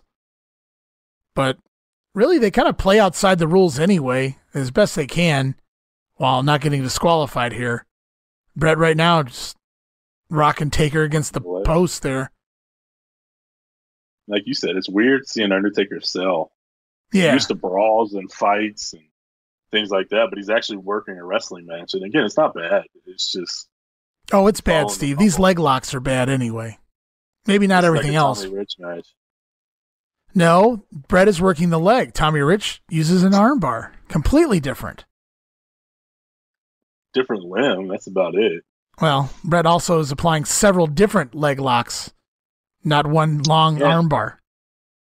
And doing other things to work the leg. But yeah, this is yeah, I got to go back to what you said. Look at the crowd right now. Look in the background. The crowd is not moving. Looks like they're falling asleep. They're drained.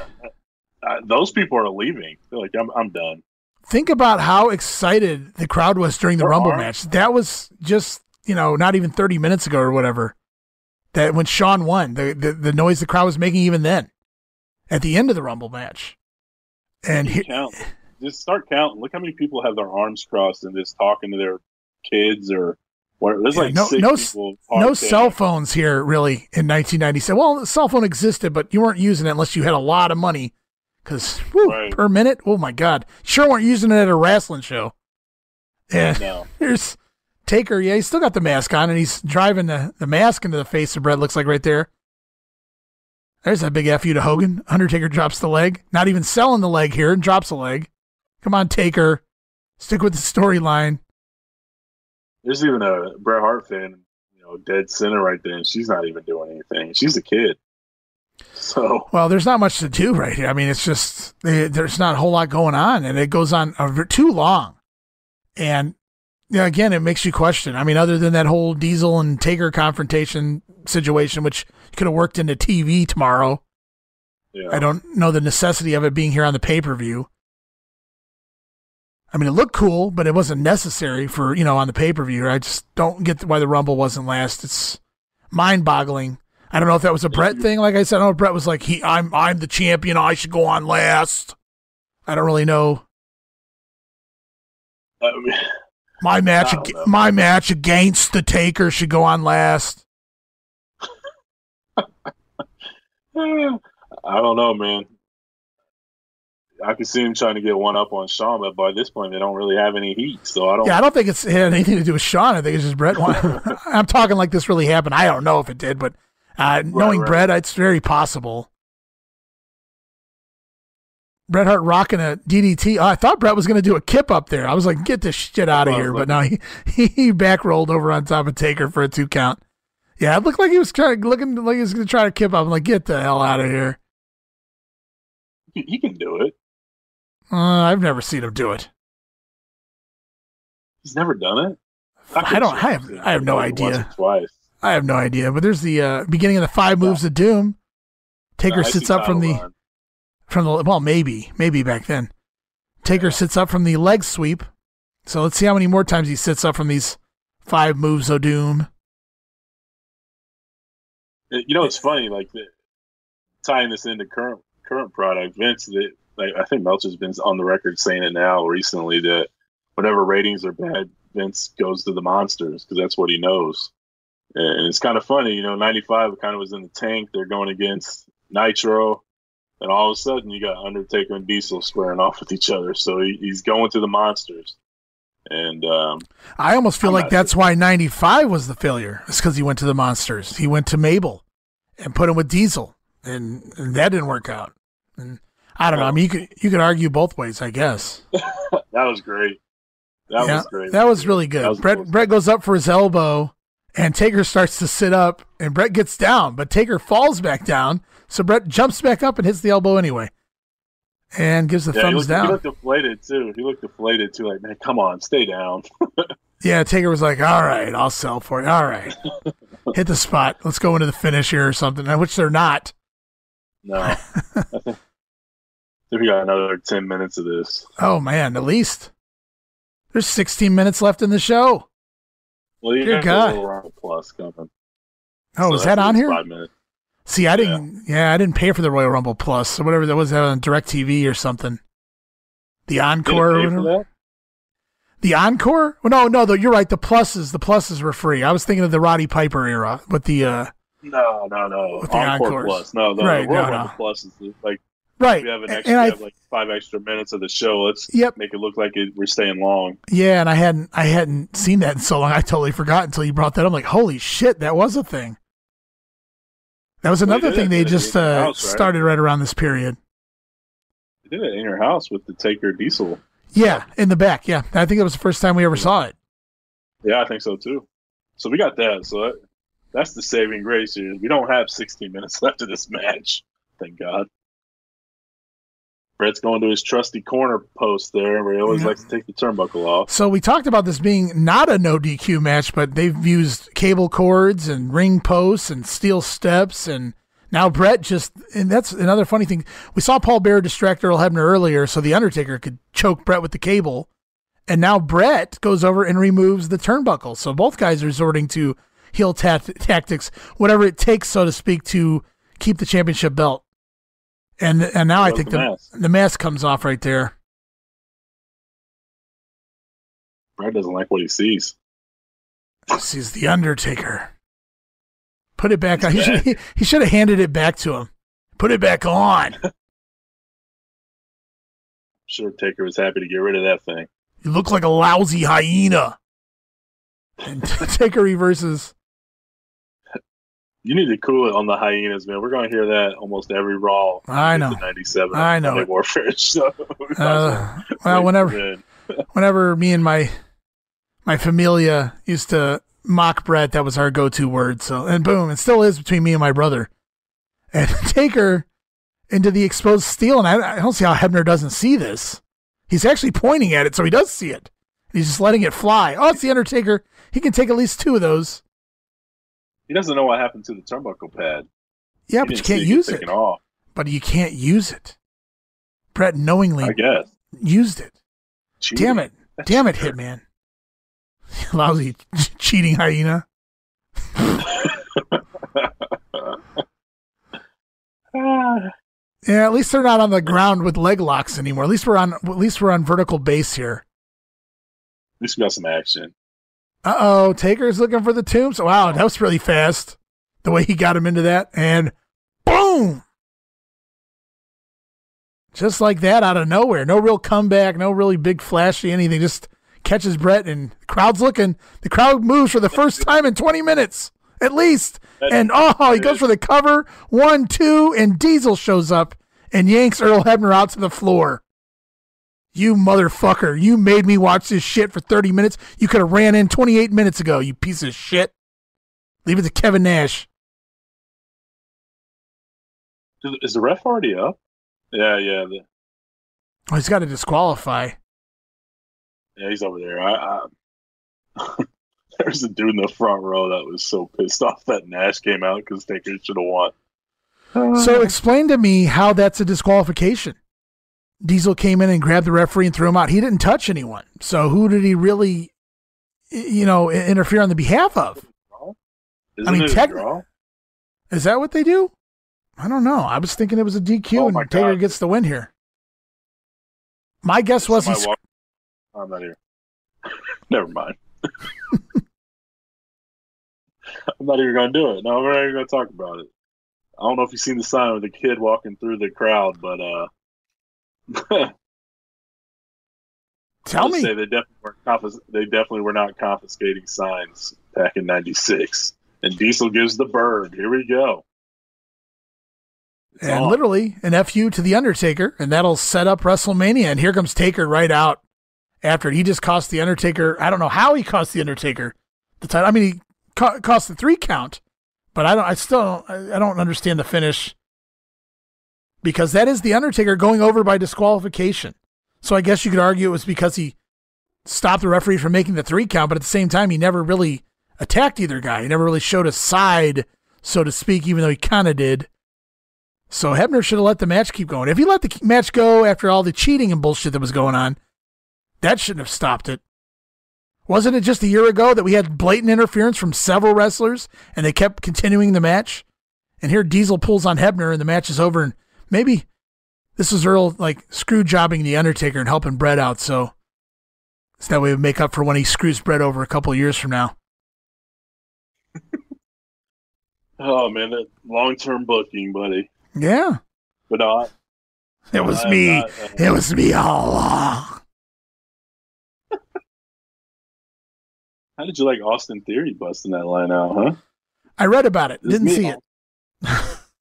Yeah. I thought it was funny. You know what I did? Did I see that?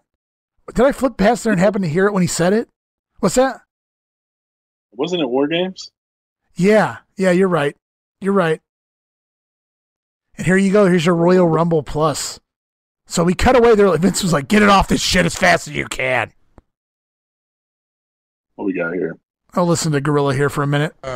First of all, I just want to reflect a little bit on tonight. What a tremendous event this Royal Rumble was. Well, you certainly were busy. Well, President's job never ends. However, I have sanctioned the feature match. It'll be a World Wrestling Federation title defense by the current reigning champion, the excellence of execution, Bret the Hitman Hart. He will face the man that he took the WWF title from at Survivor Series, Big Daddy Cool Diesel, who is now the #1 challenger. What a match that's going to be. Diesel and the Hitman, February in your house. Absolutely. Boy, what a matchup it's going to be. This is the WWF Royal Rumble Plus. We understand standing by Doc Hendricks with the winner of the 1996 WWF Royal Rumble, the Heartbreak Kid, Shawn Michaels.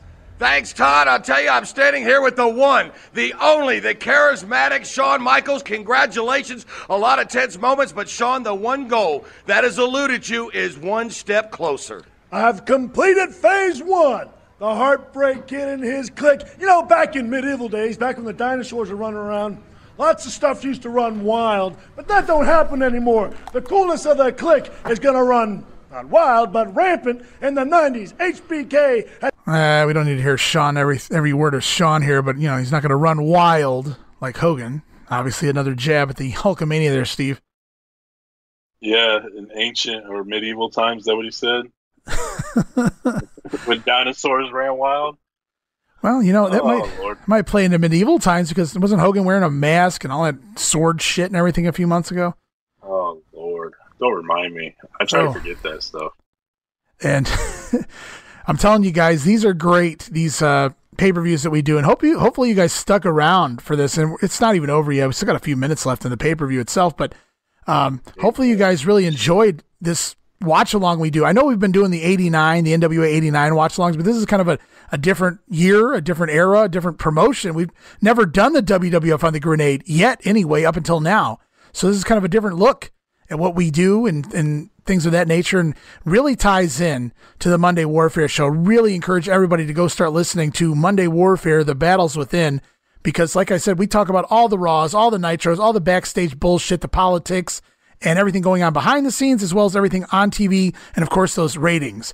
So we do all of that, and then as a side piece, great complimentary piece, we cover all the pay-per-views, all the watch-alongs on the pay-per-views or on the patreon.com/WrestleCopia for only $5 a month. And Todd Pettengill Beck with the Gorilla here. Let's pick this one up. Who he's going to be facing. Right. You know, but whomever the champion is at WrestleMania, Shawn will get his chance to become what he's always wanted to be, the World Wrestling Federation champion. There's no question about it. It's going to be an awesome matchup, that's for sure. You know, they said he wouldn't be back. That's right. Well, he's back and back 100%. It's the WWF Royal Rumble Plus. What's going on in the World Wrestling Federation? Certainly an awesome night here. A number of surprises. Interim President Gorilla Monsoon getting involved. And make the match. But I tell you one thing, Gorilla Monsoon. It'll be a cold day in hell before Diesel ever wears the world title of the World Wrestling Federation. Well, obviously you're very upset. And I referenced that. I don't know if you remember back when we did the In Your House 95. The promo where The Undertaker. The cage match? What's that? The match, is this where he turns into a cage right there? Let's pick up Gorilla again real quick. Sure. In a 15-foot high steel cage. That way nobody can get out and nobody can get in, and we'll have a winner. The steel cage match is now set for In Your House. It is official. Let's go over to Doc with Big Daddy Cool. Big Daddy Cool Diesel, what a statement there by The Undertaker. We've just found out that you will meet Bret Hart. You get your return match for the title. I guess you heard it. The Undertaker said... Shut up for a minute, all right? Okay, first off, I got to say... Well, that was a shoot. Nash telling Michael Hayes to shut up. Thank you Kevin Nash. I've been wanting to say that for 19 episodes on the grenade. Yeah, I don't know that I've ever thanked Kevin Nash before, but I'll thank him this time. Anyway, that was really nice. Just kind of shuts Michael Hayes up right there. And so we're already setting up matches for the next pay-per-view. Doing a great job. They did that last month, and they're doing it again here. Yeah, they've been doing that for a few months, honestly. We're kind of learning the next pay-per-view main event before the pay-per-view we're watching right now ends. So they've been doing that for a few months now, honestly. Yeah, and it's a great way to, you don't have to wait till TV or anything like that. You can use this extra time to push your next card, and that's kind of what they're doing here. This is like the post show where the show's already over, but so it's on to the next one. Yeah, they're selling the next pay-per-view. This is far more just watching this closing is far more entertaining than the actual match we just watched. And I hope you guys out there listening had more fun than the fans were having during that Undertaker and Bret Hart match. I hope we kept you guys at least entertained and you guys were listening to us. And yeah, it's a snoozer, but it putting on last did no favors for anybody. I wouldn't be mad with this match if I knew the Rumble was next. If they had that match, and I would have just been like, all right, let's get through this. Let's get to what I'm waiting here for. But yeah, they did what they did. But I love that Undertaker promo because that was the one I referenced when we were watching In Your House over on Patreon. He kind of breaks character there. That when he first starts talking, you can kind of hear that Texas accent. He's talking faster. It's not in the deeper voice. And then as he gets in the middle of the sentence, well, let me tell you one thing, Gorilla Monsoon. And it just kind of morphs over into the Undertaker voice there. And I've always thought that was funny. Diesel, I love that promo by Diesel. Oh, there's that Royal Rumble 96 program up there in the locker. Oh. That's a doozy right there. About $600 for that one. Vader, here we go. Yep, Vader pissed. Vader is not happy. Yeah, I'm not happy. Talking title matches, you can't ignore him. You can't stop him. You can't defeat him. And you can't, under any circumstances, overlook him. From now till the end of time, it is Vader time. Folks, let's take a look back at the awesome Royal Rumble. Yeah, the pay-per-view was moving along great. It almost felt like night and day. Like, do you remember all the way back to the Ahmed Jeff Jarrett match? It almost feels like a different pay-per-view all that long ago. Yeah. when the show first started. And there it is again. Boom, guitar over the head. But there was nothing bad on this show. Some of it just, A lot of disqualification stuff. You count the pre-show match and the Jarrett match. You basically opened and closed the pay-per-view with a disqualification. I don't know if that was the best booking in the world. We get a lot of Sonny's ass, which is always a good thing. Yeah, can't beat that. Marlena's here. Marlena's made her way in, and Goldust feeling up the bad guy, and Razor smacks his ass. Well, there we go. Yeah. I love how they put all the spots that Razor probably didn't want to do in the recap. Very prominent in the closing video. I loved when they did this, and I don't know if this would work nowadays because I'm not invested in the show nowadays, but back then when they started showing these post-show videos highlighting some of the more memorable stuff, just like this Rumble stuff here. There's the snake. There's the slop. Oh, yeah. Dude, I love this. I hated it when my tapes cut off at the end. I remember, like on 92 Rumble, I love the original. I love the 92 Rumble music. Oh, yeah. When they play that music to all the highlights and everything. Oh, yeah. Love it. They're hitting every spot here. Poor Doug Gilbert. They're hitting every spot here. The Vader debut, Razor chasing the kid. Poor squat team taking it to the face. Squat. They're doing a good job of getting Vader over. Vader's the last guy you hear talk. Vader dominates the Rumble highlights until Shawn happens. Yeah, I like how Shawn dumps Vader and Yoko, and then the camera changes. The video changes. I hated the fact that, Shawn, I get it, he's back and everything, but to show no effects of a possible career-ending injury, especially after that dump over the top rope, you figured he would make himself look weaker and worn out and hurt, but he never lost this entire match, and that to me kind of bugged me. I don't think I was thinking anything like that. I mean, if somebody's going to be in the match, I want them to perform instead of just lay around selling. I get that, but man, to have the position as if his career was pretty much over, and then all of a sudden he's invincible. Yeah, I mean, I wasn't a big fan of, some of the eliminations and things, but I enjoyed the match. I thought it was a fun Royal Rumble, great booking throughout the entire Rumble as far as the spots and things. Very different, very turn the corner and the way the Rumble will be booked moving forwards. Absolutely. And that wraps up the pay-per-view, guys. I hope you guys really enjoyed it, and it was real fun throwing the free-for-all in there. We'd never really added a pre-show before, and of course the very first free-for-all with an actual match involved. Yeah, it was just a really fun episode of the Grenade. It's hard thinking that the Royal Rumble 96 is on the Grenade. It's going to stick out like a sore thumb, but that's probably the wrong word to use because it's in a good way. It's something different. Make sure you guys go tell everybody who hasn't listened to the Grenade yet, maybe people who don't know a whole lot about the NWA or 1989, maybe they do remember the Monday Night War era. Maybe they'd really get a kick out of the Royal Rumble 96 show here. This is just some of the stuff that we do on our Patreon account, the All Access tier. Go on over there, $5 a month. Subscribe. You can cancel at any time. I don't think you will, but you can.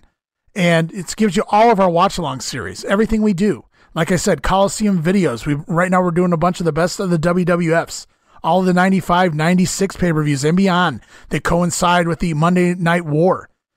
We've done Saturday night's main events, Flair and Steamboat, the hour match from Clash of the Champions 6, and there's probably other things I'm forgetting as well, and we'll continue to do more and more. And Steve, man, that was a fun show. That was very, very fun. Yeah, I had a blast, man. I love Royal Rumbles. It's cool to talk to you through a Royal Rumble. I feel like this is how it'd be like when we're watching them live. So definitely entertaining. I enjoyed it, and I can't wait for the next Rumble. I know it's coming up at the end of the month here, but I can't wait to do that review. So I love the Rumble. I don't care. It could be 2050, and if I'm still here, God willing, I'll be looking forward to the Royal Rumble. I don't even care who's in it. Yeah, because it's a great match. Yeah, I've always suspended my disbelief. I've always become a kid the day of the Rumble, and certainly throughout the Rumble, I mark out like a mark. To this day, yeah. Well, maybe not to this day. They've really drained me, honestly. To be completely frank, the last couple of years, I found myself this year still enjoying it, but not like I used to. So hopefully that changes around. There's a lot of new talent in there, and really comes down to how they book it and if they actually put some thought and whatnot into it. Hopefully they do, and hopefully it'll be a good time. But I don't know if I'm going to have as good of a time as I've had here with Rumble 96, and I'm sure we're going to go back and do some other ones, some of the other retro Rumbles as time goes on as well. I appreciate it, man. I really love taking a trip down memory lane, not just the Rumble match, but being able to do that free-for-all for the people that haven't seen it since it aired, people that may actually have it still on video and they went back and watched it with us, or it brought back memories to others, or people that may have never seen it ever. It's something new for you guys. Just listen to a little bit of that audio and us kind of going over the show. So it was unique, different. Like you said, it's our first Royal Rumble together. It's our first pre-show together. We put it all here for you guys for free here on the Wrestling Memory Grenade. But moving forward, if you guys want to hear any of our 96 pay-per-views, if you want to go back and listen to our 95 pay-per-views, you can always do so over, once again, patreon.com/WrestleCopia. But Steve, man, I appreciate you being here. I know it's getting a little late at night, and it's just been a fun one, man. 3.5 hours in the books. Absolutely. It's a weekend, man. It's all good. What's late anymore? But like I said, man, it's fun. I enjoy these shows. I lived them as a kid, so seeing them again, it doesn't matter how old I am. They always have a soft spot in the heart because this is what I grew up with. So I'm always happy to talk about them. Yeah, so, and I'd go back, especially the Rumble matches, and I'd watch them years later. I'd still continue. Oh, I'm going to watch 96. I'm going to watch 90. I'm going to watch 92. So I couldn't tell you the last time I watched Rumble 96, but it's still been quite a long time since I watched anything. I just simply don't have the time. And then once I do sit down and that's it, I'm watching this, I'm either falling asleep or something else comes up and I never get to finish it. So we're basically forced to now, and it's pretty enjoyable that I'm being forced to go back and actually enjoy some of the stuff that, from my youth here. Yeah, same here. Like, I kind of mentioned it to Marlena when it became part of her job. She didn't like doing the cigars anymore. So even though it's not necessarily a job, it's a project of passion here that we're doing. it's nice to be forced to watch something and get the full circle, so to speak, on the Grenade show. So hopefully, this carries over. That's the whole idea. It's a holiday, push everything, tie everything together over in our WrestleCopia brand. So hopefully, it accomplishes what we set out to do. And I'm looking forward to 2021. It's a new year. There's going to be big things here in store for us at the WrestleCopia. So I'm just want to thank everybody for listening, and hopefully enjoy the watch along. Even though it's not 89, it's still a great show, and it is fun. Absolutely. And we have more ideas, and new shows and other things in the works, and some more WCNNs coming up soon, unfortunately. More Monday Warfare shows, easy for me to say. I did put out the episode 8 a little late. Sorry, guys, it was the holidays. It was done. I just needed to do the write-up and the timestamps that everybody asked for. So, but it is up there and out, and episode 9 will be up. It should be up on time. So you guys just keep sticking around and checking those out, because they coincide, like I said, moving into January 96 on the Monday Warfare show. Steve, next week we'll be back to the NWA in 1989 as we knock out September of 1989, at least a couple weeks of September next week on the show. And eventually it's going to be the Halloween Havoc watch along, and then Clash New York Knockout and Starrcade. And then what's going to happen? Well, we're not going to tell you quite yet, but the NWA 89 will eventually come to an end, and we have another year planned. Another year of the NWA, WCW, the WWF. You guys stick around, and we'll be announcing that as we get closer to the end of NWA 89. I can't wait. I've already watched the TV for all of September, man, for NWA. I can't wait to talk about it. Some head scratchers and everything else.